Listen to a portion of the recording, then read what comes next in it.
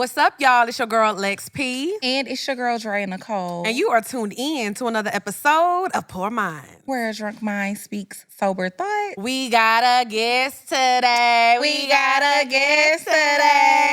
So y'all know, I am super excited because this has been a long time coming. So when was it that we did the Joe Budden podcast? How long ago was that? It was like almost a year ago. Yeah, it was almost a year ago. Or maybe it has been a year. Yeah, it's been a while. It was a while. So we did the Joe Budden podcast, of course. And, you know, he's had a lot of turning chairs on the show. Mm-hmm. But one of my personal favorite additions has been this beautiful lady. If you don't know who she is, you're obviously living under a rock and you don't know nothing about the original baddie. Nothing about the culture. Yes, the culture, okay? We got Melyssa Ford in the building. Hootie Hoo. Yeah. Oh my God. Thank you for joining us. Oh my God. Listen, I called up Chad, I called Facade. I was just like, I'm coming to Atlanta. I gotta do Poor Minds. I gotta come see my girls. Yes. I had so much fun when you guys came to the pod. Yes. Just the fact you're women. Yes, Yeah. girl. You know we're gonna get into that. love you feminine guys, energy around, you know? sometimes Yeah. You do. energy. Yeah. Yes, You you know be what I'm needing. I was like, Yes. come sit on this side. Come sit on this side. Yeah, and you guys were Yes. just such a breath of fresh air. Thank you. You guys are just so unapologetically you Thank and just you. fun. And I was like, I'm coming to do Poor Minds. Yes, you Yeah. have. Because you know I like a little drink. Okay. Period. A You little know. drink. We love one too. You already made me a Hootie Hoo. One thing about Taj, she gonna make them drinks. drink. So And they gonna sneak up. I want to get into it because we have a lot to cover today and so We much that I do. want to talk to you about. Well, this is good. So I do want to start, from the beginning and your career just in general. So how did you get into like the modeling video vixen game, like from the start? Okay, so I'm gonna take y'all back. Yes. Okay. I'm gonna take y'all a little, like, very far back. So I was a little bit of a nerd. And I don't know, I mean, maybe that's not a PC term anymore, but I'm calling myself a nerd. Right, that's Okay. fine. You know? When I was a little girl, everybody wonders where I have this vocabulary from because I keep busting out these big ass Okay, that's why y'all over there. SAT words and stuff like that. It's because when I was a little girl, I used to read the dictionary and the thesaurus Oh my for goodness. fun. I was fascinated by words and their origin. So, it just that was just me. So like I'd be up in my room reading the Encyclopedia Britannica. You guys probably know nothing about that. Oh my Oh goodness. no. I Okay. used to I knew. definitely I read. had the set. My mama had the set too. Okay, Yeah. and they use them as Now, door we ain't that stoppers, and it just became part of the furniture. Yes. But if you know about Encyclopedia Britannica, it collected the set. Yes. Right. You know, Yes. and so I used to read that for fun, or I used to read the dictionary for That's fun. crazy. And so that is what helped to enhance my vocabulary. And then, I was a voracious reader. Like Voracious. I mean, by the time I was like 6 or 7 years old, I was reading horror novels. And I would sometimes be reading 2 and 3 books at a time. And I would devour them inside of like a week. And I could read an entire book inside of like, 24, 48 hours. Wow. Needless to say, I didn't have, a whole lot of friends. Kids You was spending time with Webster. Friday night, me and Webster finna chill. pretty much. And so I loved the horror genre when I was, 7 years old. And then I promise this leads into videos. Okay. I promise. No, I love to follow the story. Yeah. But I've never really told this part of the story. Okay. So I loved the horror genre. And then one day when I was maybe about 8 or 9 years old, my mom took me to the bookstore, which is what we used to do. My mom was, I got my desire and my, my voracious reading, like the appetite for it from my mom. Okay. And I discovered the true crime section in the library. And I was like, Here. Oh my God. This one. Oh my God. Yes. But I'm also feeling a little shame. Like, Yeah. why do I like this stuff? Why am I driven by, like, why is my desire to read about the macabre and like just like the most deviant behavior Yeah. of human beings? Why do I fucking like this at 9? Yeah. I'm a weirdo. I'm I'm not gonna lie. weirdo. I'm gonna be at the bit. beginning A because I'm little like, 9 years old is kind of crazy. Right. Kind of early, but we were literally just talking about this last week, I think on one of our Patreon episodes, how I read something somewhere where it said people who like true crime, they're crazy. Yeah. Okay, that's Like you bullshit. a little throwed off in the head No, if you like so to hold watch on. it. So wait, I'll get to that Okay. point. So fast forward, I'm like 11 or 12 years old, and I have gone to see New Jack City. So New Jack City and Silence of the Lambs came out at the same time. Yeah. And so I went and saw New Jack City, and then I snuck into Silence of the Lambs. And when I saw that movie and I saw Clarice Starling, I was like, that Yes. is what I want to do with my life. I want to work for the FBI. I want to be a criminal profiler. I want to work in the behavioral science unit at Quantico, Virginia, I am so. as a profiler studying serial killers and the deviant mind. That was what I wanted to do with my life. I was like, I'm not weird. I have a tribe. Yes, yes. And so I had to focus, and this was it. This was it. And so when I went to enrolled in university, paying for it myself, working 3 jobs and stuff like that, I was majoring in forensic psychology. That was never knew this. yes. So I really don't really talk much about it at Yeah, all. that's I don't know why, but this is really part of the story. And then I get a call from Little X's people, who is now known as Director X. Yeah. And they were like, hey, Mel, do you know who Little X is? I was like, the video director?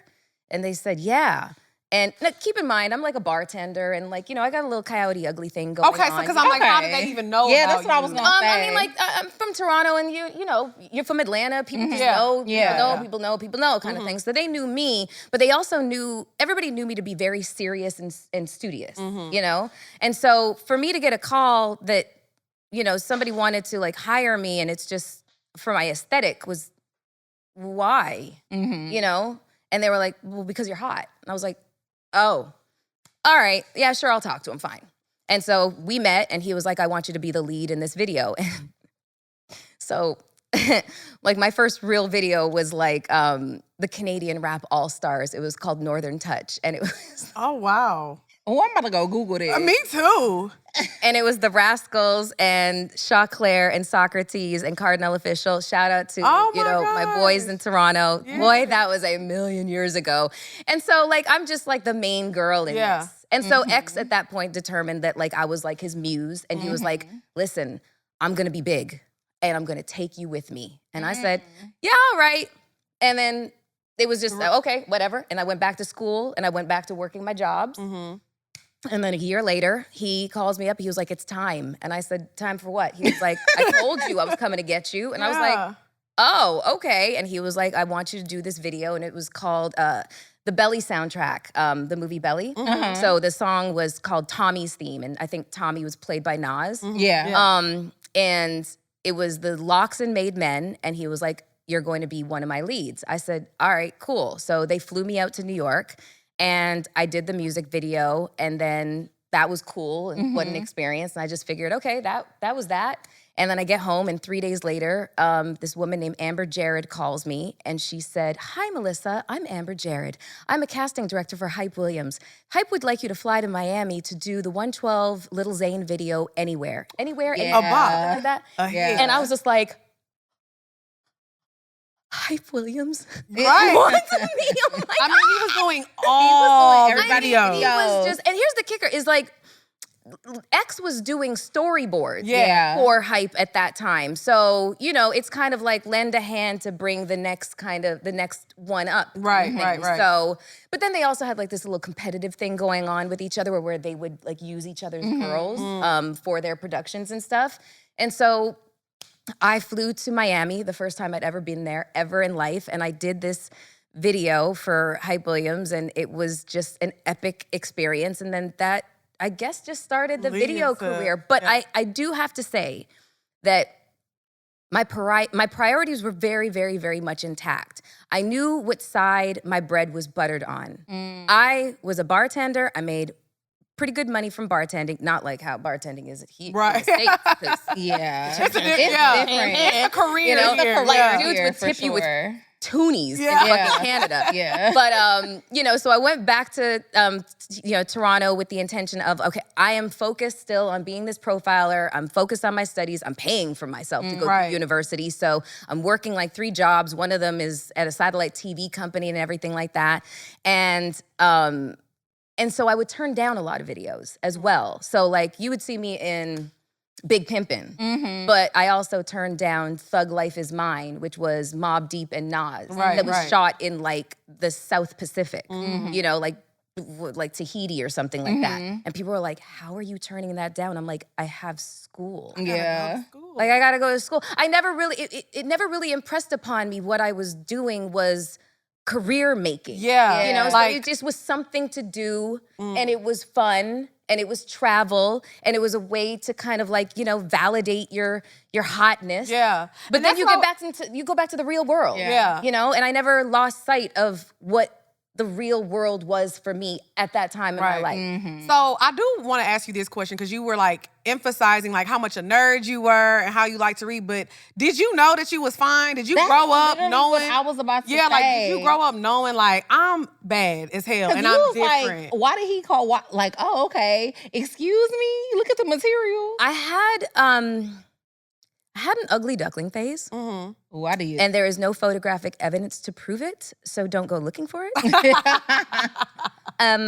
So, you know, I think that when you have a phase like that, like a really, really, really, really awkward phase, it has like an impenetrable effect on your self-esteem. And it doesn't matter how fine you get, there's always gonna be that little girl inside of you that had the acne or was overweight or had the afro or you had a combination of all 3 and you also you also dressed with like a big nose on your sweater. Please, God, don't let me tell on myself, okay? I was a mess. Right. I was a mess. But, you know, so I had that awkward phase and then the fluffiness melted away, and then this little waist came in, these hips came in, this booty came in, and I was not prepared for it. Because I was not prepared for it, and I wasn't prepared for the reaction that I would get from not just boys my age, boys older than me, men following me in cars from the bus stop to my house, or just circling me on the block from my walk, you know, from the bus stop to school and stuff. Terrifying. So it just didn't, my brain had not caught up with my developed self. Right. You know? And then because I developed like voluptuousness kind of early, like I looked like my mom, and my mom was Russian and Norwegian. She looked like a Viking, but she was 5'10", and she had like an hourglass figure. The only difference between our bodies is my ass protrudes. My mom was hips, ass was a little flat, but she had like that little ass waist, and she had the boobies, and you know, and she was tall with this long blonde hair. I mean, give her a hat with horns and send her out to fucking battle. She was with a the Viking. braids. Yeah, she was a Viking, you know, but stunning woman. Yeah. It didn't. I translated that as being fat. Yeah. You know, the voluptuousness, and a lot of girls called me that growing up. And so oh my God, we talked about this. That happened to me as a kid too. I used to get called fat all the time. I always go home crying, and my mom would be like, "You're not fat." I always wondered what it would have been to grow up in an environment like here, where a big booty's a thing of beauty. Right. It would have been the same because I got called fat too. I think it was also the era and the time too, because I had a cousin who was literally shaped like that. Very small waist, big butt, and people were constantly calling her fat. And as a kid, I would see people calling her fat in my family. And looking back on the pictures, I was like, she was fine as hell. What we consider to be like thick now. And I think with you, whenever you came on the scene, to me personally, this is a big statement to make, but I truly feel like you really changed the beauty standard. Yeah. For real. Because at that time though, thick, it wasn't like that. Thick was just like if you had a little bit of hips and you had a little bit of curve. Thick was like J-Lo. Like everybody used to call J-Lo thick. And when you look back at pictures, J-Lo like had a nice shape. She didn't have that ass. So it's like when we started seeing people like Melyssa, it was like, this is what a body looks like. It like a real, so it really changed like, okay, this is what we want the thickness to look like. It was weird to know at that time that you were kind of responsible for how women were internalizing things. It's weird to know that, but also feel very self-conscious. Yeah. It's like, I don't know. It's like, I don't know. I've always I've always struggled to articulate, which is weird as shit. I can't articulate it. But it's like, it's just, I knew I had a responsibility, but I had to act. I really had to act like I knew I was the shit. Right. I had to act like there wasn't a crack in the facade.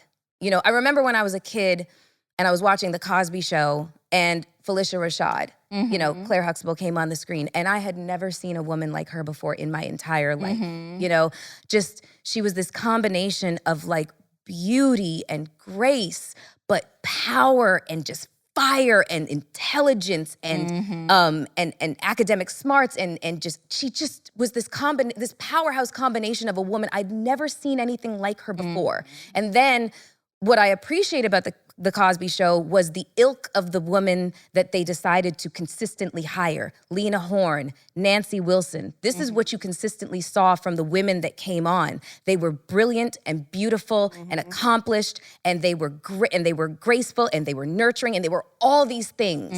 And at 8 years old, I said, that is the woman that I want to be. Right. And what I loved most about these women was, you never saw a crack in the facade. Right. You never saw a crack in the facade. So for me, it was always like, it does not matter what is going on the inside. There can be a Category 5 hurricane going on inside, and I am losing my mind. Right. But on the You're not gonna outside, know. And you know what's crazy that you just said that? Because what did I just say to you in the car on the way over here? Because how you looked at the Claire Huxtable, like, oh my God, what did I say? I said, she used said she to used to turn on the always say she TV, wanted to look like and when you. I would see you, Yeah. and this is because I always talk about like growing up, how I felt about myself and how I would just be like, oh my gosh, she's so gorgeous. And I remember like seeing you in these videos and being like, oh my God, if I could just look like that and I could just carry myself like that. Cause like, it was like, it would be a video and you would just walk on and it was just like, everything would just stop. Yeah. Like even the other girls that's supposed to be dancing and shaking ass, They looking at looking. you like, God damn. So it's crazy that you picked that up because you exuded that. there was times, the Shake It Fast video, Shake Your Ass, Shake It Fast, you know, A the hit. radio version. When we're in all the masks at the masquerade party of the video, I was sobbing.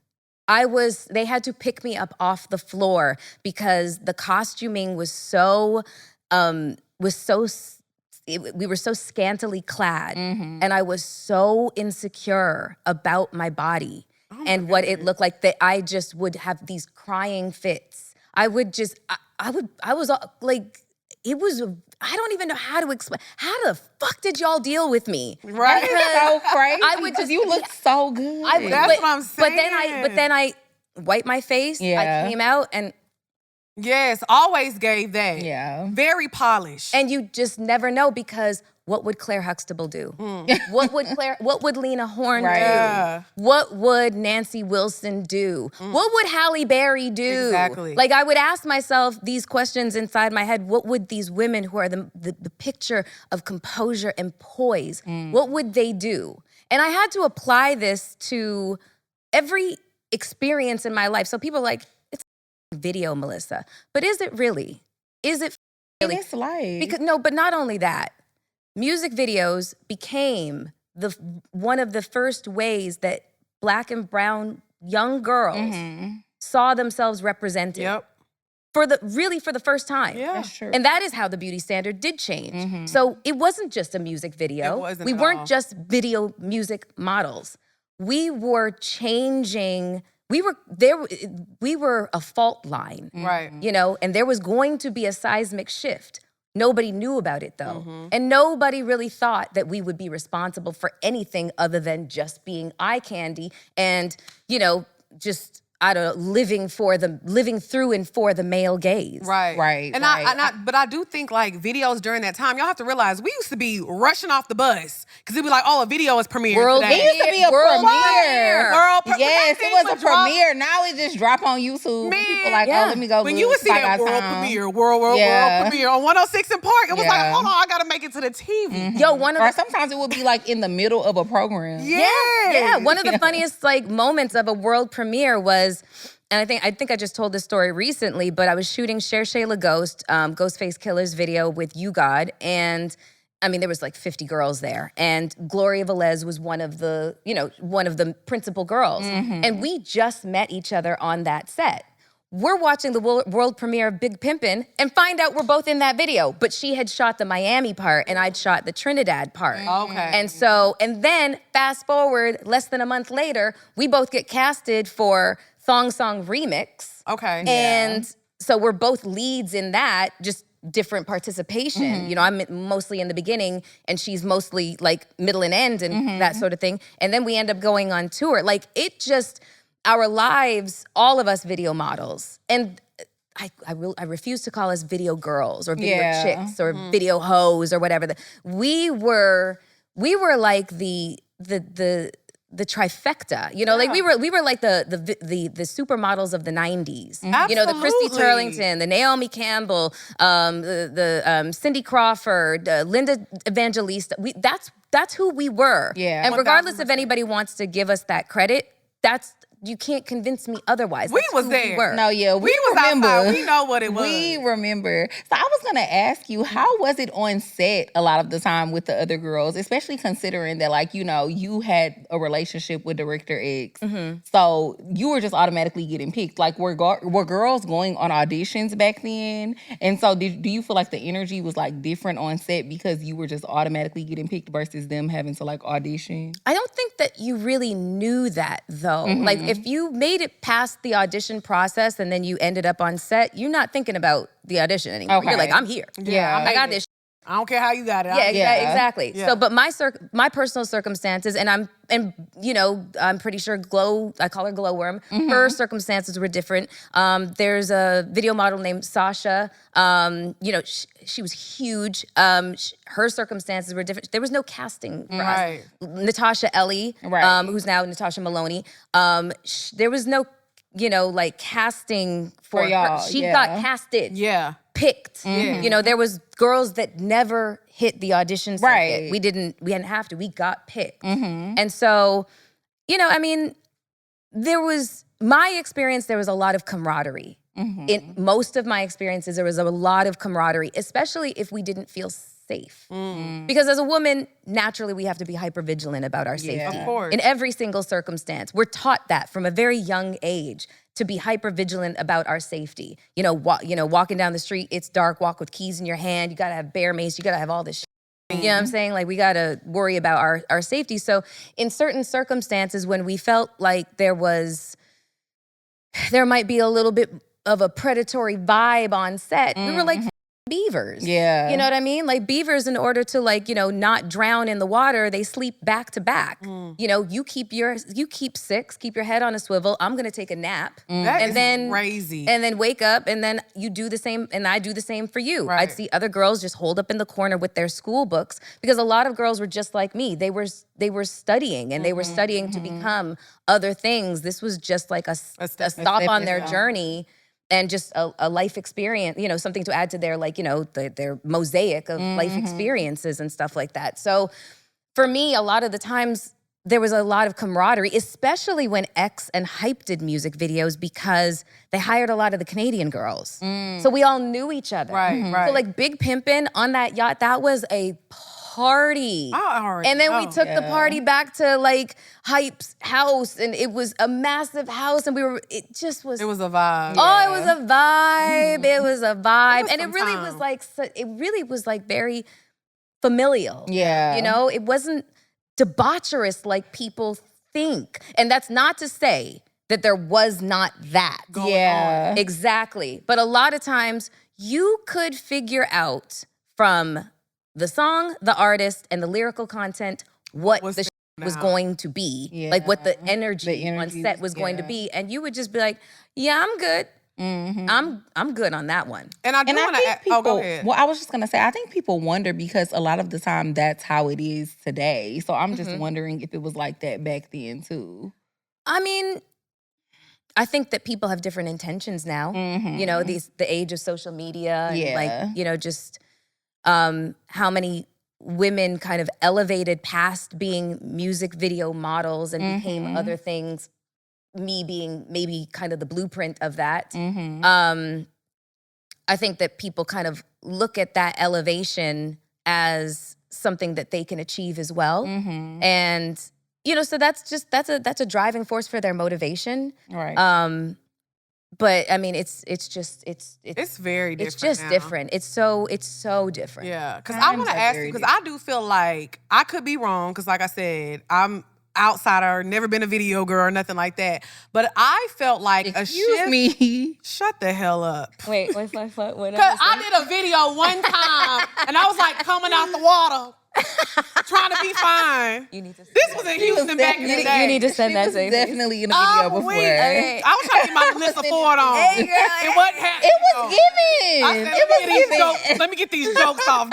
Because getting out the water sexy is not my thing. It is not easy. Man, what? It's not Let me tell you, the side note, I got distracted. At this video shoot, mind you, everybody in bikini, fine. I was in that doing diving in the pool. I'm drinking. I'm like, y'all turned up. I'm the only one in the pool having fun. They was like, oh my God. Yeah. They was like, okay, well, You're like, girl. They was like, yeah. I was like, I thought we came to swim and turn up. So they just got me getting out the water, and I was just having a ball. But anyway, I did want to ask, because I feel like the shifts in how people viewed video models came when Corinne Steffens dropped that book. Because I'm not gonna lie, for me, I shouldn't have been reading that book. No, I was. Either. But baby, everybody had that damn book. We was passing it around in school, trying to hide it. My God. Yeah, everybody was doing that. At a young age, you know, I viewed being a video model as one thing, but after we read that book, I was like, oh my God, this is what's going on. Yeah. So I think that book really changed how a lot of people viewed video models, because we started putting everybody in one category. Oh, if she's doing it, all y'all doing it. So talk about that change that happened after she dropped that book, or was it even a change? Oh yeah, the hammer came down. Yeah.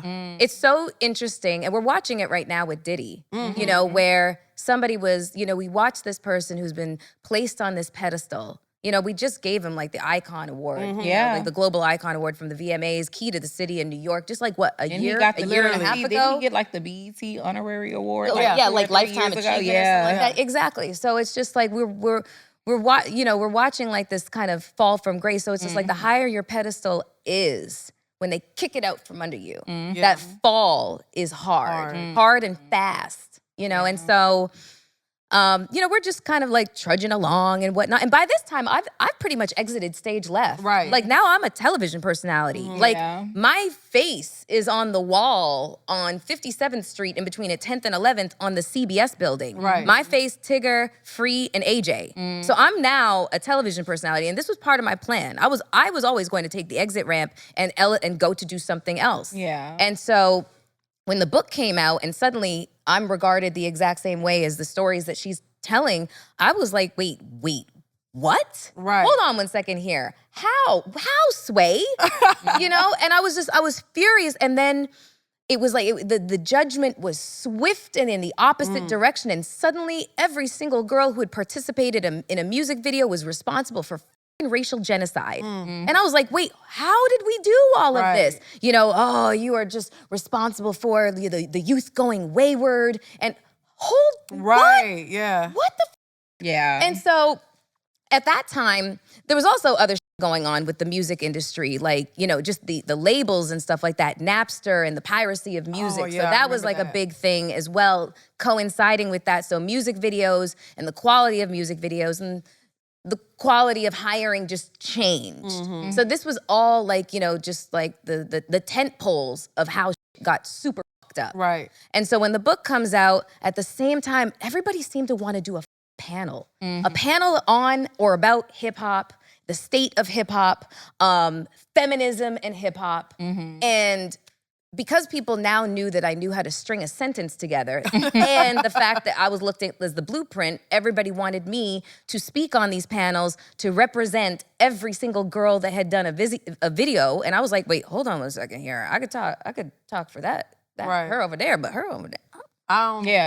They ain't got nothing to do with me. I don't know her and what she did. But I felt this obligation to speak on behalf of all of us, but that is an enormous amount of pressure to put on somebody's shoulders. Like I felt like it was my cross to bear to speak for every girl who had like who went to these video sets to do an honest day's work for an honest day's pay, you know, who weren't there for the fucking malarkey, you know what I'm saying? And the bullshit. So, and what I remember most from doing these panels was what the first 3 rows of the front looked like. And it was primarily women. Judgy. Just being looking at me like this. yeah, okay, girl. And waiting for the bullshit that was gonna come out of my mouth. And how intimidating that was to already be judged before I can even say anything. Judged for another person's actions. Like it was really, it was very unfair, but I didn't even have the vocabulary to even articulate how I felt about this thing and to say like, you're wrong and you need to change. I was trying to use my intellect to show people, look, we are multifaceted.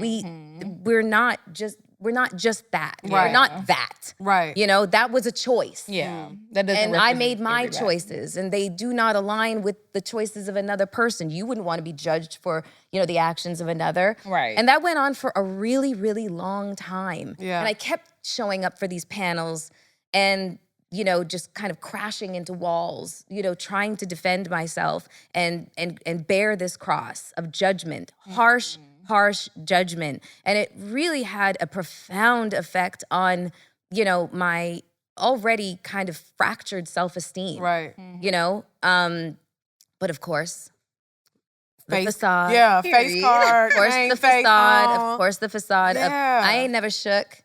I'm fine. Inside, I'm like, oh my God. God. Yeah. Somebody help me apart.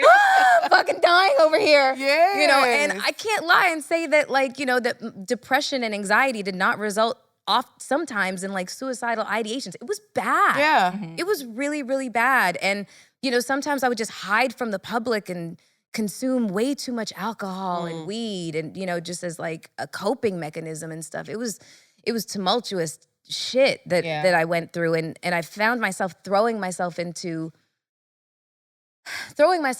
other opportunities in order to really try to change the perception of me. Like at one point, the Center for Disease Control and Prevention came knocking and they wanted me to start touring the country, talking to high school students and college students about hypersexuality. Hypersexuality? No, what was it? I don't fucking remember. But some in that But category. in that realm. It was it's basically like promiscuity in a Yeah. hypersexualized culture. Right. That was basically what the speech was that I was giving. And I was also, you know, meant to be giving this speech to make people aware of the prevalence of HIV and AIDS contraction rates in the African American community.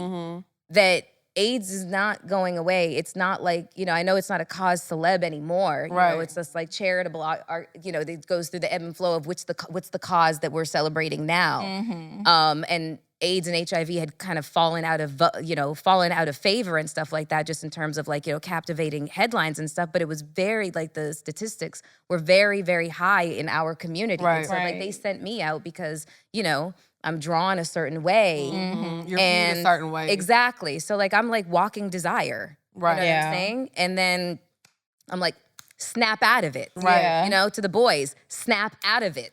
This cannot be what makes you make a decision about your sexual life. You know what I'm saying? You got to protect yourself because this can get you in trouble. Right. You know? Exactly. And the ladies, I had a totally different directive as to what I would say to them, but they found my speech and the way that I would communicate to the students very, very effective. And so I jumped on that as a way to try to dismantle this negative way of thinking about me. Right. Unbeknownst to me, other video models like, you know, Buffy and Angel Lola Love and, you know, whomever who has expressed it in the past, they felt the effects of that book as well. You know, just to bring it full circle. Right. I thought that I was alone, but I apparently wasn't. And I think now where a lot of the video models are now, we can see that, like, okay, like even, I'm not gonna lie, whenever I saw you, like when he added you on the podcast, I had no idea. I was like, when we left the interview, we was like, damn, Melyssa is really like, she know what the hell she's talking about. Like she's very, but so I'm glad that you're on a platform now to show that, because you can't fake that. You can't fake being educated, who you are, and putting yourself out there, because I think a lot of people who used to kind of be on the set doing the crazy stuff, you can see where they are now and it reflects that. Yeah. You know, of how they were carrying themselves. And I think too, like back in the day, being a video model really did catapult you into being able to do other things. Now I feel like not so much. Like I feel like people be trying to get you with the, oh, you're gonna get exposure, and then you really don't get any exposure. Like back in the day, y'all were really getting exposure from being in the videos, and it really helped you go on to do the things that you wanted to do, you know, later down the line. I mean, doing a video almost guaranteed that Black Men's Magazine and King you know, Magazine. and King and, you know, all the men's magazines would come calling. Smooth. That they would come calling, and then they would give you like, you know, a feature or whatever. If you were lucky and super, super, super popular, then you'd get the cover or whatever the case is. You know, Daquan and Adele, who were the founders of King, they tell a story about how their intention was to feature celebrity women on the cover. But then their mailbag was crazy with dudes who were overseas fighting, you know, in the bullshit wars this country has fought. Thank you to our veterans. But and also to the guys, you know, inside, incarcerated. The mailbag was thick, and they were like, can you put the girl from this video on the cover? The girl from this video, the girl from this? And they were like, wait, what? And so that's why shit changed so drastically in terms of who they started to feature on the covers. And I believe, if I'm not mistaken, somebody can correct me if I'm wrong, me and Gloria were the first video models to appear on the cover of King Magazine. It was a double cover, and I was one and Gloria was the other. And that was fun. That was the story that I was gonna tell you. You know, I sat down and I was just like, oh, I feel a little nervous, you know, whatever. And you were like, oh, it might be all the people. I'm like, girl, do you know what my photo shoots used to look like? Period. Because now that I think about it, I was like, yeah, you don't have to be like, you know what my photo shoots used to look like? My diamond dealer would come by. My weed guy would come by. There was a DJ, okay? There was liquor, and everybody from like Big Tigger, Rasheed Wallace, Ebro, 50, Kanye, everybody came to my video set or to my covers because that shit was lit, and I like to perform. I know that's right. Put on a show. Yeah.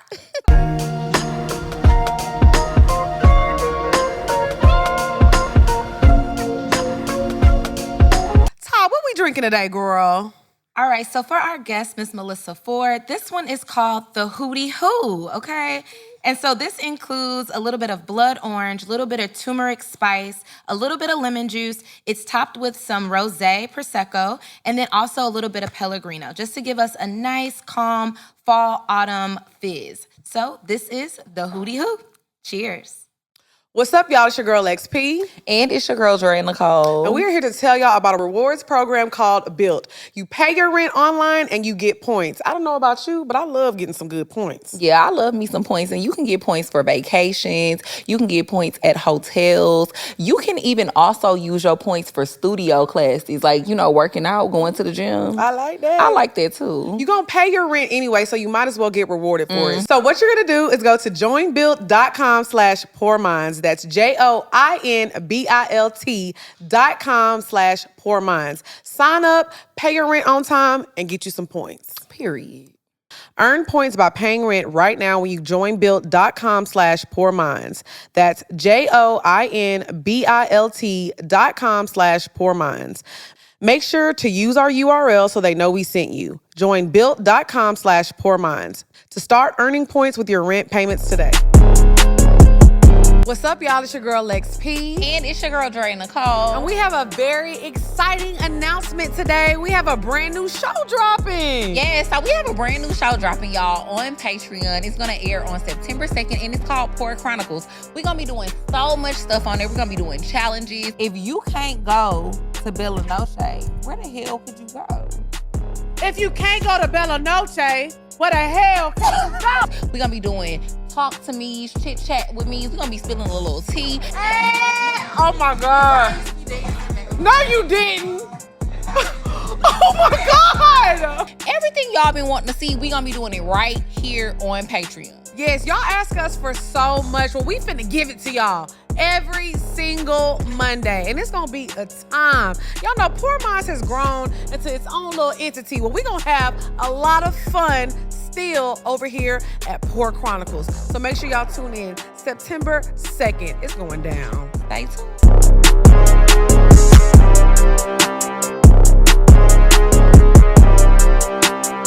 Another question, and then I want to move on to, more current times. Okay. So I do want to ask you, because I remember, obviously, you've been asked this question 1,000 times, but just for our audience, when the game dropped that song and dropped the verse, everybody was confused because it was kind of like, are they beefing? Were they dating? Why was this like harsh slug? And it became so popular. Like, everybody was saying it. I know. It was everywhere. I know. Still to this day, people are asking you about it. I know. So what was the deal with that? Where did that come from? And did you know the song was coming out? Like, what happened? So I had only met Game once in passing, like really passing. It was when I was trying to solicit BET. Like, BET didn't just hand me a job. Right. I had to prove that I knew how to walk and talk and chew gum at the same time. So I proposed ideas for me to showcase my talent as a host. And I said, you don't have to pay me. I'll pay my own way to get there. I'll pay for my own makeup. I'll pay my own hotel. Like, this is what it was like. Right. Okay? When you wanted to work with somebody, like, your work ethic had to be like so solid that you were willing to come out of pocket and prove your worth, prove your mettle, prove your talent without the promise of anything. That was how it was back then. I don't know what y'all are on now, like this entitlement bullshit. Right, yeah. But so I was it was Spring Bling 2003. A time. I used to love watching Spring And Bling. I used to wish I was old Man, enough to what? go. I'm so mad that I missed that era. It was a time. It used to look so fun. It was. So it was Daytona, and like I interviewed like just a bunch of people and whatnot. And then I thought that my day was over, and they were like, Melyssa, we just got word that we've got G Unit. You got to interview them. And I was like, I was terrified. I was so fucking scared. Terrified. They were so scary and intimidating. But I was just like, Facade. Right. She was gonna be ready. Facade. I'm that girl. I don't know who y'all are, but I was like, holy shit. I'm weak. So they have me go there to like their trailer. And it's when it was G-Unit was Game, Yeah. Lloyd Banks, and I used to love me some Lloyd Banks. And I used to love Young Bug. thank you, Young Buck. Yes. I did. Oh, he Ooh. protected me from getting shot in a club For here in real? Atlanta one time. Yes. That's a black king right there.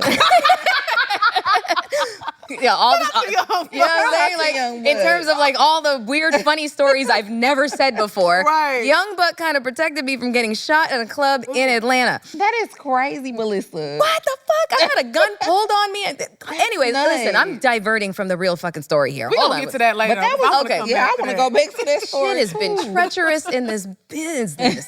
Okay, so I get to the trailer and the three of them are outside. 50's not outside yet. And so they get it and they're just like, oh yeah, they're posturing and shit like that. And they're circling me like sharks. And I'm just Oh like, my holy God. shit, what the fuck? Yeah. And then 50 comes out the trailer.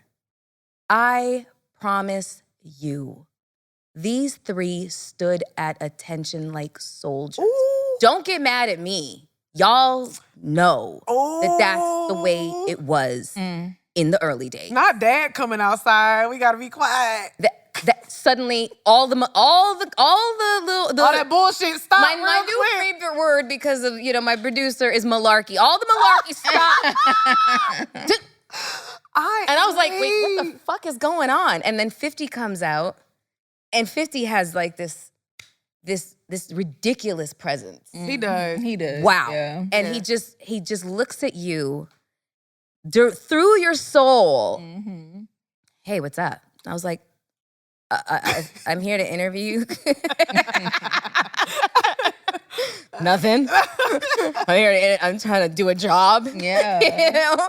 And so literally, I don't even know how the interview fucking went. I don't remember because it was so much chaos and it was so much adrenaline. Right. And I was just so breathless about, oh my God, let me not screw this opportunity up because this is what I want so bad. I want to be a television host. I want to prove myself that I'm good enough and whatever else. This was like such a validation-seeking moment for me. And so that happened, and then I got the offer from BET to start doing, like they were like, okay, we're gonna hire you as on-air talent. We're doing the photo shoot, and this is the commitment and contracts and blah, blah, blah. And then the commercials went out, and then the billboards went out, and I was like, holy shit, it's like happening. So this was 2004 when I, officially got the job and I'm on air talent. Now I have a show called BET Style with Tigger, and and also they have me doing sports correspondence for a show that they had called Mad Sports. Okay. They just have me like everywhere. When you're on air talent at BET, they just threw you everywhere, and I was happy to do it all. Right. And so to backtrack to still get the kind of stink of like the book and everything like that, after I feel like I'd like made it through the doors and stuff like that, I was like, wait a minute, how are you pulling me back to this shit? Right. Hold on, I thought that I elevated to this point, past this point where I'm a part of the discussion. So the game just used your name. So I'm still at BET, and then it's like 2006, and I get a call from DJ Clue. And he says, so that was the only moment that I had with Game. Okay. That was it. That was just that moment. I never saw him ever again. So he was one of the ones that was at a 10 hut when 50 came outside.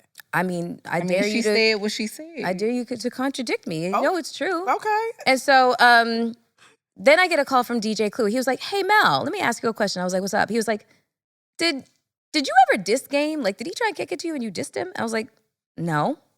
And he was like, you sure? Because I kind of had a reputation for doing shit like that. Yeah. You had a mouth on you. I mean, I just wasn't really interested in shitting where I ate. Okay. Yeah. You know what I'm saying? So I just, no. So I was like, yeah, no, I know I didn't shit on him or, he tried to date, whatever. And I was like, why? He was like, well, he put your name in a song. And I was like, okay. I was like, is it good? And he was like, well... Ooh, DJ Clue messy. I love messy people that give me the tea. Me too. Because he said, well... And I was just like... send me the song. I was just like, so wait, is it on a mixtape? He said, no, it's on the album. Oh my God. And I said, well, is it on like the B-side? He was like, no, I think it's the next single. I said, oh. I said, send it to me right now. Oh and my so God. He sent me the song and I heard it and I was like, oh. I was like, okay, well, that's clever and stupid all at the same time. Yeah. Melyssa Ford, Honda Accord would do anything to go to the Grammy Awards type shit. I was like, okay, it rhymes, okay, whatever. Yeah. Right. I was like, thanks, nigga, but whatever. I did not expect it to be the cultural, have the cultural footprint that it did. You could not have told me that was gonna happen because I really didn't know, I didn't understand who the culture and, hip hop understood game to be. I didn't know. Yeah. I didn't know. And that's not because he's not talented. It's just because I'm not a nigga. Right. You know what I mean? Yeah. I'm a girl and I'm listening to Little Dragon. You know what I'm saying? I'm listening to like 90s R&B. I might Like, what I gotta do with this? You know, I'm listening to, Reasonable Doubt, Right, and like Illmatic, but like that's this,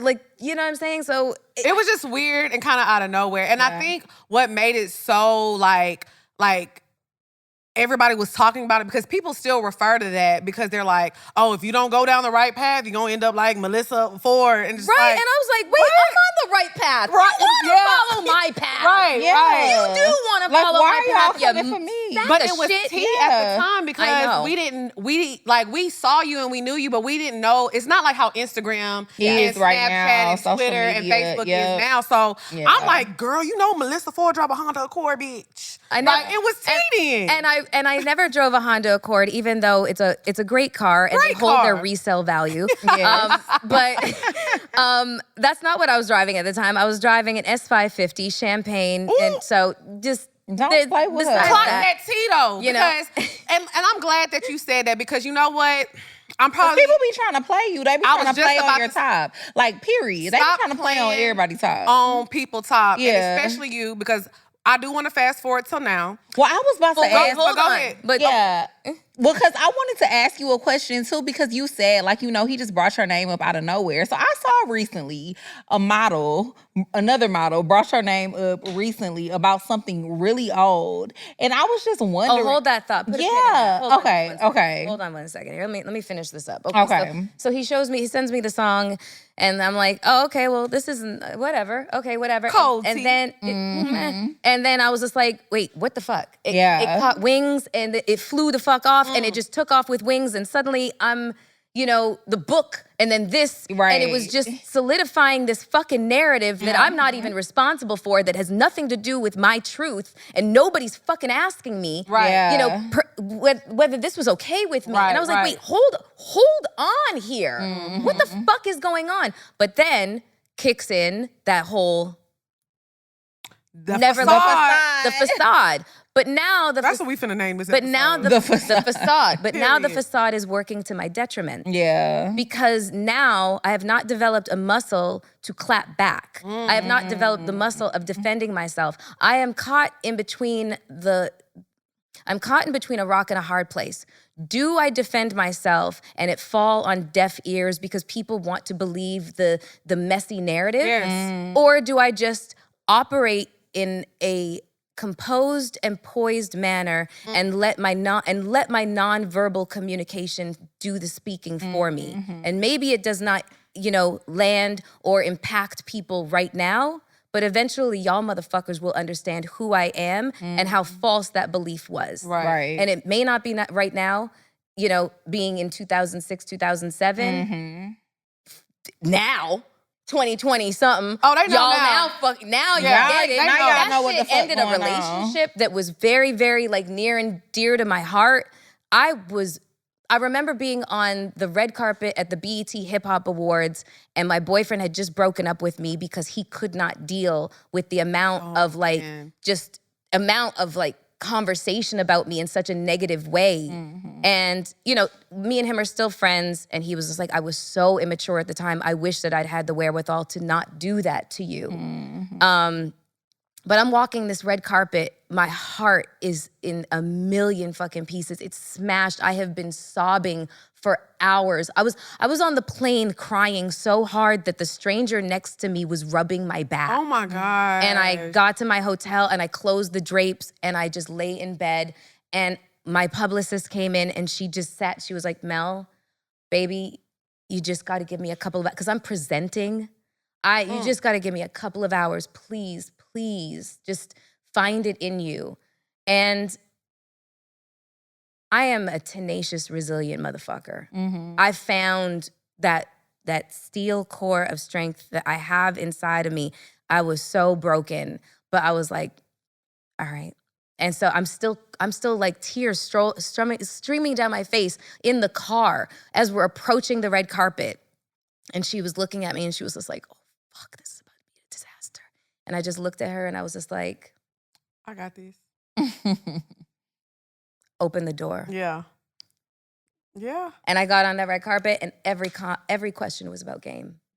The Oh thing my that had just God. ruined the relationship with Right. the man that I was fucking in love with. Crazy. And I was just like, you know, it's a shame. And I just did my diplomatic bullshit. You know, now I've been like, that stupid ass motherfucker, that would be Right. me Yeah. now. Right. But that was not me then. It was different back then, though. It was. So It was. I mean, now it's like you can't play with that because people have, you know, a voice to speak and a voice to talk. But like back then, like going against somebody who was so big at the time, you had to be quiet. You had to shut up and, like you said, put that facade on and keep it cute. Yeah, but even if you look at like the industry and how like that is just like a real snapshot into the misogyny and Oh, I don't want to use the word 1000%. patriarchy, but I mean, you know, yeah, but Yeah. like the misogyny that was of this business and how easily it was to malign a woman's character by doing absolutely nothing.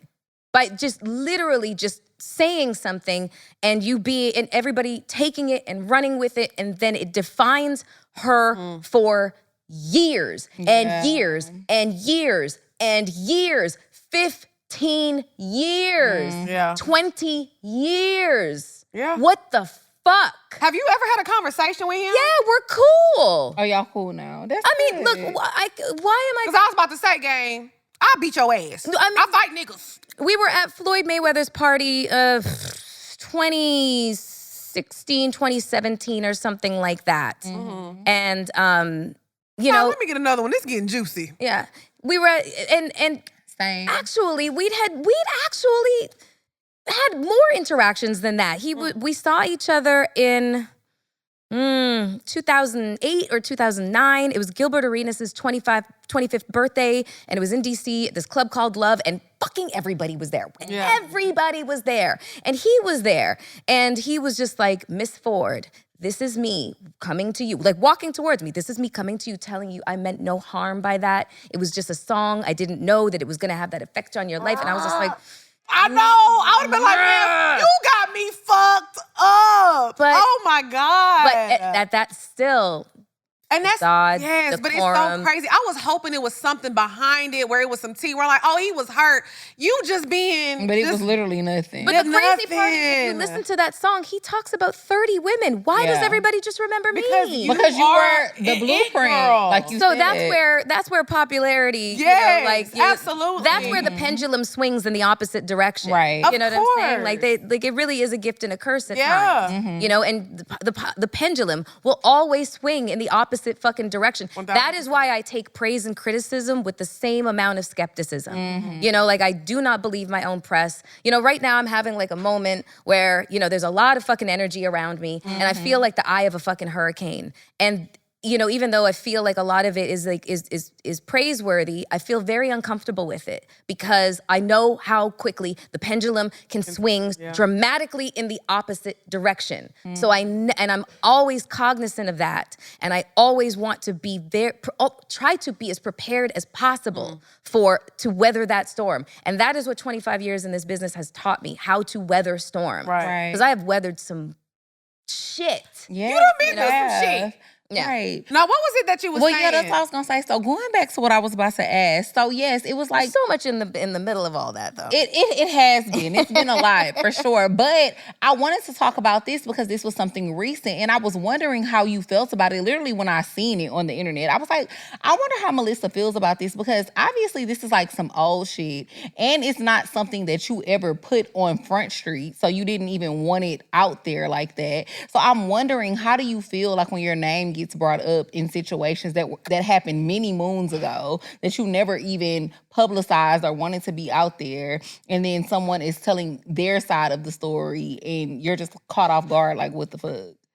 Well, I had a podcast in 2019 called "I'm Here for the Food," Thank you, Ty. Sorry. and I had her on as a guest. Right. And my intention of doing so was because it was very important for me to try to change a narrative that women don't get along, that women hate each other, that women are naturally catty with each other, that women Right. will always choose niggas over their girls. Right. I don't like that narrative at all, you know, and I wanted to show and tell a story of a girlfriend and me who men have wanted us both, and we continue to choose each other. Yeah. You know, like so what men want. Like, you know how guys have the code bros before hoes? Yeah. Well, what's our code? You know what I'm saying? So that's what I was trying before to... bros. Yeah. That's what I was... Sisters before that mister. You feel me? Okay. You guys are so good. This shit. This is good. So that's what I thought was really important. And I thought that telling that story on my podcast was really impactful because no one knew it. Yeah. It had never been said before. You know, my relationship with that huge megastar was not really public knowledge because we never walked red carpets. And we never had pictures taken. And there's a reason for that. I never, ever, ever, ever, ever, ever, ever wanted my merit or my achievement in my career to be associated with any fucking man. Amen, sister. Ever. And Preach it. And they will. Every chance they get. Man. Every chance they get, they will associate your achievement and your success. Well, who did she fuck? Yeah. Come on now. It was very important for me to, you know, try to dispel all of that, all those bullshit myths and stigmatizations and stereotypes and stuff like that, because they made me fucking mad. Right. Yeah. And so we're telling this story, and I feel like we're telling this story in a reciprocal manner, you know? And as we both remember it, to fast forward 5 years later, hear a completely different version of the story, and then not get a text, a call, a heads up Nothing. that this is happening. Guess what? Guess how I found out? On the internet with everybody else. With everybody else, and getting calls and texts from people saying, "You sure you guys are friends?" Right. And I was like, "What are you talking about?" And then I see, and I'm like, I can see why y'all are asking me that question, because now I don't understand either. I'm confused. Well, that's ugly. I'm confused. And then I was just like, that hurt. Yeah. That hurt. And the facade. Because y'all were Fucking really friends. facade. Yeah. I swear to that You bitch. have to, though. Yeah, You have to, because people want to see you crash out. They do. They want, because we've never had that Melyssa Ford moment where she's like, what the fuck? I mean, everybody You has always that keep moment. it very but much I put don't. together. But you haven't had your moment, so people want that so fucking bad. But I won't. They want it. I won't. You're never going to see me airing somebody out on social media. You're never going to see me posting, you know, conversations that we've had in DMs or text. Like, I'm not doing that. No judgment. It's not my style. What they say, you never gonna hear my side of the story, because I really don't care. Yeah. A lot of the times, A lot of the times I've allowed people to walk around and carry on a narrative that paints me in a really, really bad, in a bad way. But I'm just like, time will tell. Yeah. And the truth always comes out. It does. And when people's actions are, and this is a broad stroke statement, not about what we're talking about. This is just a broad stroke statement of everything that I have experienced in this business. People's nefarious intentions will always come to fucking light. Always. Yeah. We're watching it right now in real time. Their nefarious deeds will come to light. Yeah. Every single And time. so that's why I just sit back and wait, because I just don't feel like I need to prove that I'm not that person, because I know I'm not. Yeah. I know I'm not. And the people that love me know I'm not. And they defend me, and maybe it's a small little village of people defending me, or maybe it's a fucking hive, which I got right now. Hey, Melodies. Hey, Mel Hive. They love you now. They do. Guys, I fucking love my hive, because they're not superficial about the reasons why they like me. Yeah. They are just like, I rock with her. I rock with her. I love what she said here. I love what she stands for. I love that. Yeah. You know, like I love the reason why they rock with me. And the people who are like, she ain't my favorite, but that bitch will drop a gem every once in a while. Yeah. Thank you. I appreciate the recognition and, you know. What's up, y'all? It's your girl, XP. And it's your girl, Dre Nicole. And now that summer is over and we're entering the fall seasons, it's time to save your money and reach all your financial goals. Yes, I love Chime because they have no maintenance fees, fee-free overdraft up to $200, and you can get your money 2 days early with direct deposit. Yes. I be needing my money on time. Right now. I need it right now. So Chime is going to help you reach all your financial goals, y'all. The holidays are coming up. All that good stuff. You need to get your turkeys, your gifts, everything on the list that you can get. Chime is going to help you get that. So what you're going to do is go to chime.com/poorminds. That's CHIME.com/poorminds. Period.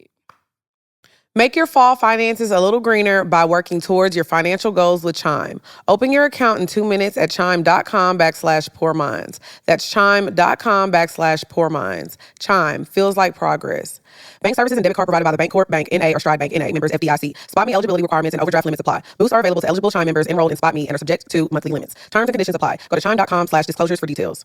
Hey y'all, it's Dre Nicole, CEO of Muse Beauty. Are you ready to take your beauty brand to the next level? Well, I've got something special just for you. I'm introducing the keys to a successful e-commerce brand ebook. In this guide, I spill all of my secrets on how I built Muse Beauty from the ground up into a global beauty brand, serving thousands of customers from all over the world. From defining your brand vision to mastering marketing strategies, this book literally covers it all.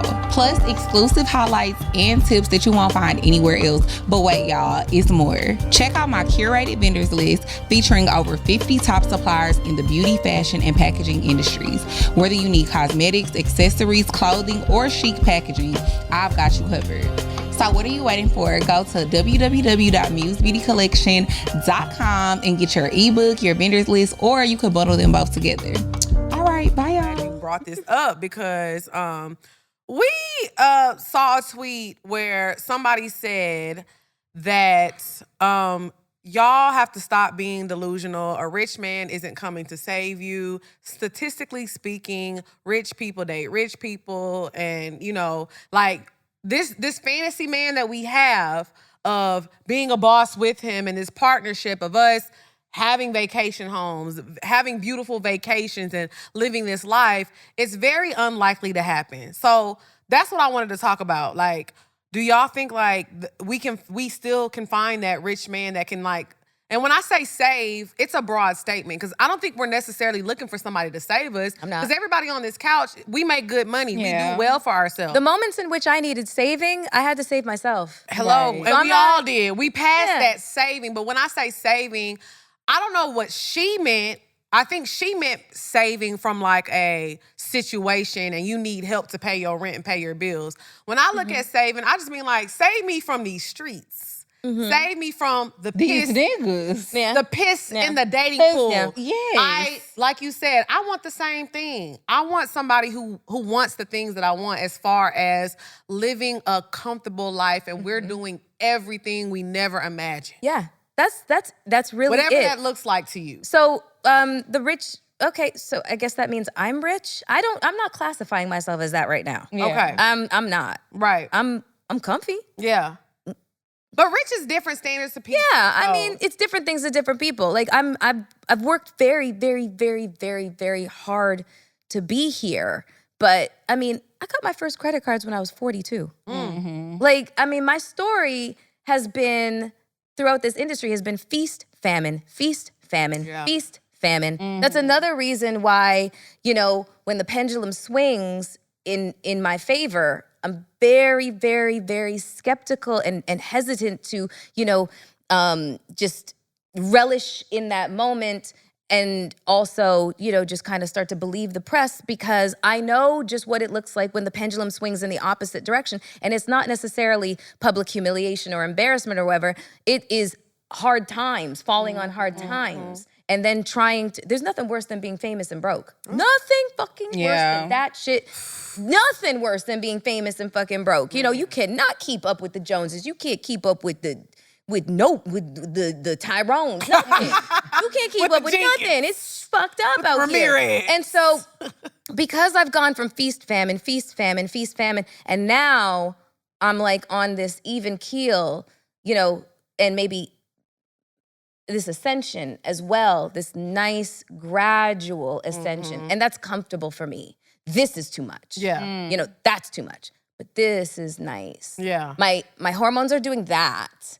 And my money is doing that. Yeah. I feel you in that though, because like, I think it's the same thing with us. Like, I feel like whenever our show first became popular, I succumbed to that pressure of like, oh my God, I gotta show up in a brand new Chanel. I gotta show up with my Louis Vuitton. I gotta show up. And then I got to the point like, who am I showing up for? Yeah. Who the fuck am I doing all all the this people for? talking about you that really don't actually matter and don't have your best interest in Don't mind give at a all. fuck So who about gives a nothing. shit? I know they don't- still be talking. They be like, damn, Lex, you wearing that Chanel bag again and I don't give a fuck. Because And guess how much my investments The grew. crazy That part. thing You know what I'm is, too, saying? though, they don't even be having a Chanel. Like, they don't even be having it. Right. They want you to show up in the stuff that they don't even have, but they feel like because you're in this position, you're supposed to have X, Y, and Z.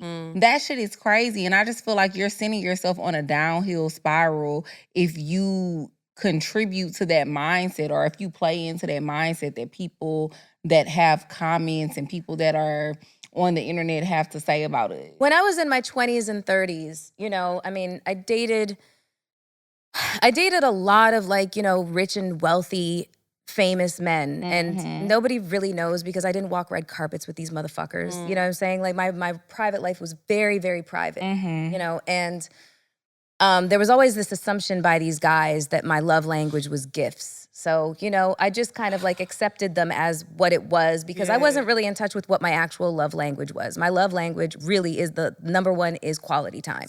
It's quality time. Yeah, I want to be laid the fuck up with legs my intertwined, yes. eating fucking ribs, spilling sauce on our Oh wife my beaters, God. watching some serial killer shit on Yes.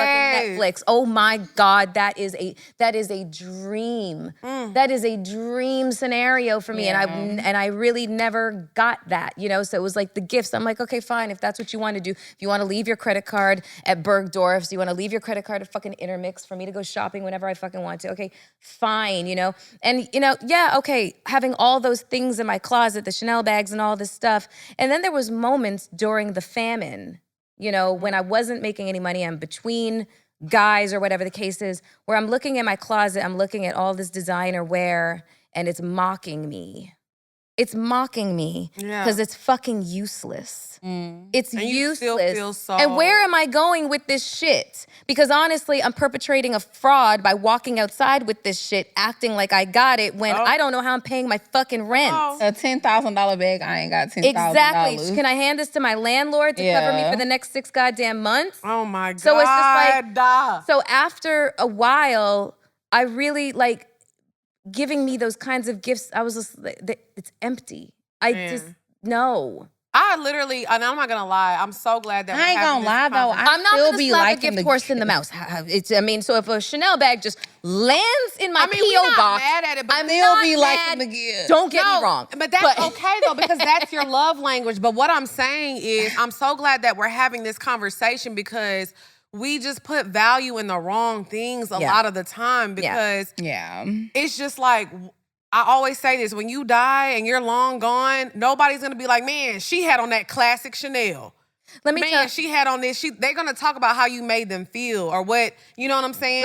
and I want to to pass it to my daughter. But I also want to tell you guys, you know, when my mom was on her deathbed, I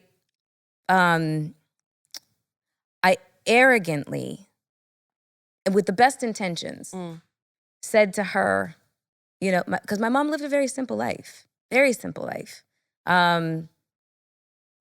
said to my mom, I was like, Mom, is there anywhere that you want me to go for you? Like go for you in spirit. Anywhere in the world that you've never been and that you want me to go for you in spirit. And my mom looked at me and she said, no, I had a good life. Don't make me cry, please. And so, okay, pull it together, do a box breath. And so it was at that moment that I realized that my mom, in all of her simplicity, she woke up when she was retired. She walked the dog. She fucking walked the cat. She went to Aquafit. She had her hobbies. She had her book club. She had her circle of friends. My mom had a more fulfilling life that I did not. Traveling on private jets, hobnobbing with the biggest, the most A-list celebrities, just the closet filled with designer goods, walking red carpets. And I'm fucking suicidal half the time. And I realized at that moment, I was like, my life has to change or I'm not gonna survive. I'm just not gonna survive. And my mom figured it out. Yeah. And I never talked to her about this. Maybe I would have had a clue if I'd talked to the woman about who she was outside of being my mom. Yeah. So from that, when my mom passed away, I started to think about life so differently. And it just was not about a fucking bag or shoes or just anything superficial. It was like, how do I live the rest of my time here? It might be 2 years, it might be 20, it might be 30. How do I live this life with a sense of fulfillment? What does that fucking look like? Because apparently I don't have a fucking clue. Yeah. I'm so sad and full of sorrow and dread. How do I do this? And so I had to move through grief. God damn. That shit is hard. And so, the first 2 months after my mom passed away, I stayed in Canada and I was living in, I was basically like a quarter of a mile away from a fucking forest, and I would go to this forest 5 to 6 days a week and I would run with my dog or I would just take my shoes off once I got to like this clearing and it was all grass and just flowers and whatnot. It was almost like a Rembrandt painting. And I would just take my shoes off and then just walk and ground and connect with earth and just, I don't know, just try to like connect with my mom's spirit, and just think about what does life Yeah. what does life look like? Yeah. Sometimes I can get through this without. Yeah. Most of the time I can't. So the next several years was me stumbling and falling and trying to figure out how do I live a life that I'm like proud of. Yeah. And that's fulfilling to me, regardless of what anybody has to say about me and who they think I am. Thank you. You're welcome. And who do I think I am? Who am I to me? Right. And I had to figure out so much shit. Like I figured out I didn't even know how to see myself through my own lens. I saw myself through the male gaze. Yeah. So if I see myself through the male gaze and the male gaze because I'm getting older is tired of me, Yeah. what then? What happens then? Who am I? And what does that do to my career? You know what I'm saying? Like I did not fucking know. And I had to spend all this time, and it's so painful, but searching and searching and searching through just my therapy and my fucking shadow guide and books and hiking and talking to the universe and just, curling up with my dog who became like my sense of emotional support and volunteering at animal shelters because I needed it so badly. I needed like true loving spirit so badly.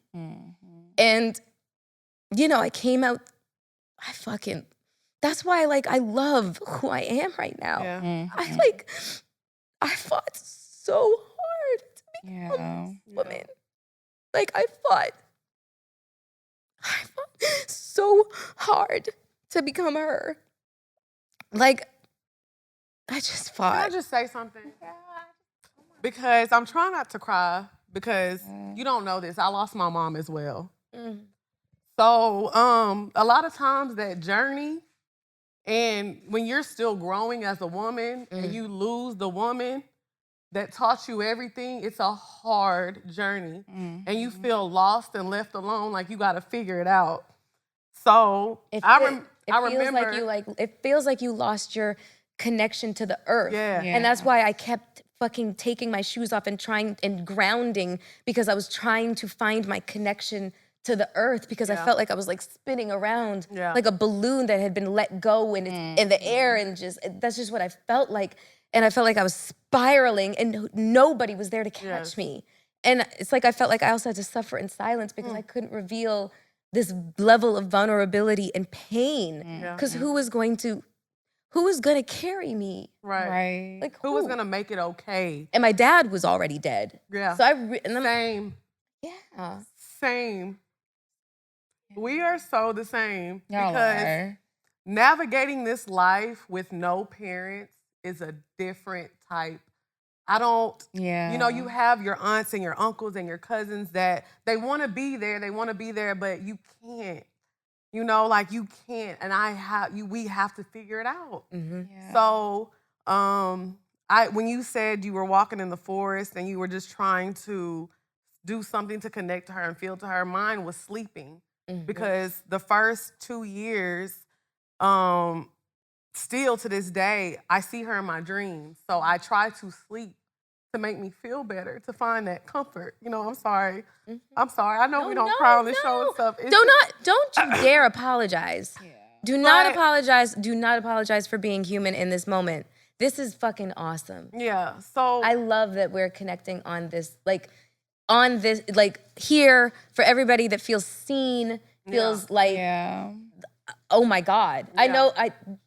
Yes, this is a moment to not apologize. It's a moment to celebrate and rejoice. And I think for women too, that's why I was so excited for, just to kind of bring the moment back. It's important that we create a safe space for us because sometimes we don't have that mother to turn to or we don't have parents. And it's important that people hear our stories and understand that we are complex women and we're more than the outer shell. And even though we don't have life figured out, we're trying to figure this out, but we're trying to help people figure it out with us. Yeah. And I don't mean to get, too emotional with everything, but I think it's important that we use our voices and let people know, like, we don't have this shit figured out. Nobody does. I got girlfriends who are 60 and they're like, I don't got shit figured out. I mean, I don't think anybody ever has it figured out. And I didn't figure that out till my mom passed, and I realized you didn't have this shit figured out either. No, it's hard. Like, grief is a hard space. Like, even with me, I haven't lost my mom yet, but I lost my dad. And so even with my mom, just like watching her navigate through losing my dad and losing her soulmate, and it's just a crazy thing because it's like you just said, like, nobody has this shit figured out. Like, my mom is literally 74, and every day I feel like I talk to her, I'm learning something new about her, and she's also learning something new about herself every day since my father has passed away, because for 40 years, that was her life. I think that's amazing, though, that you have those kinds of conversations with your mom, because it took me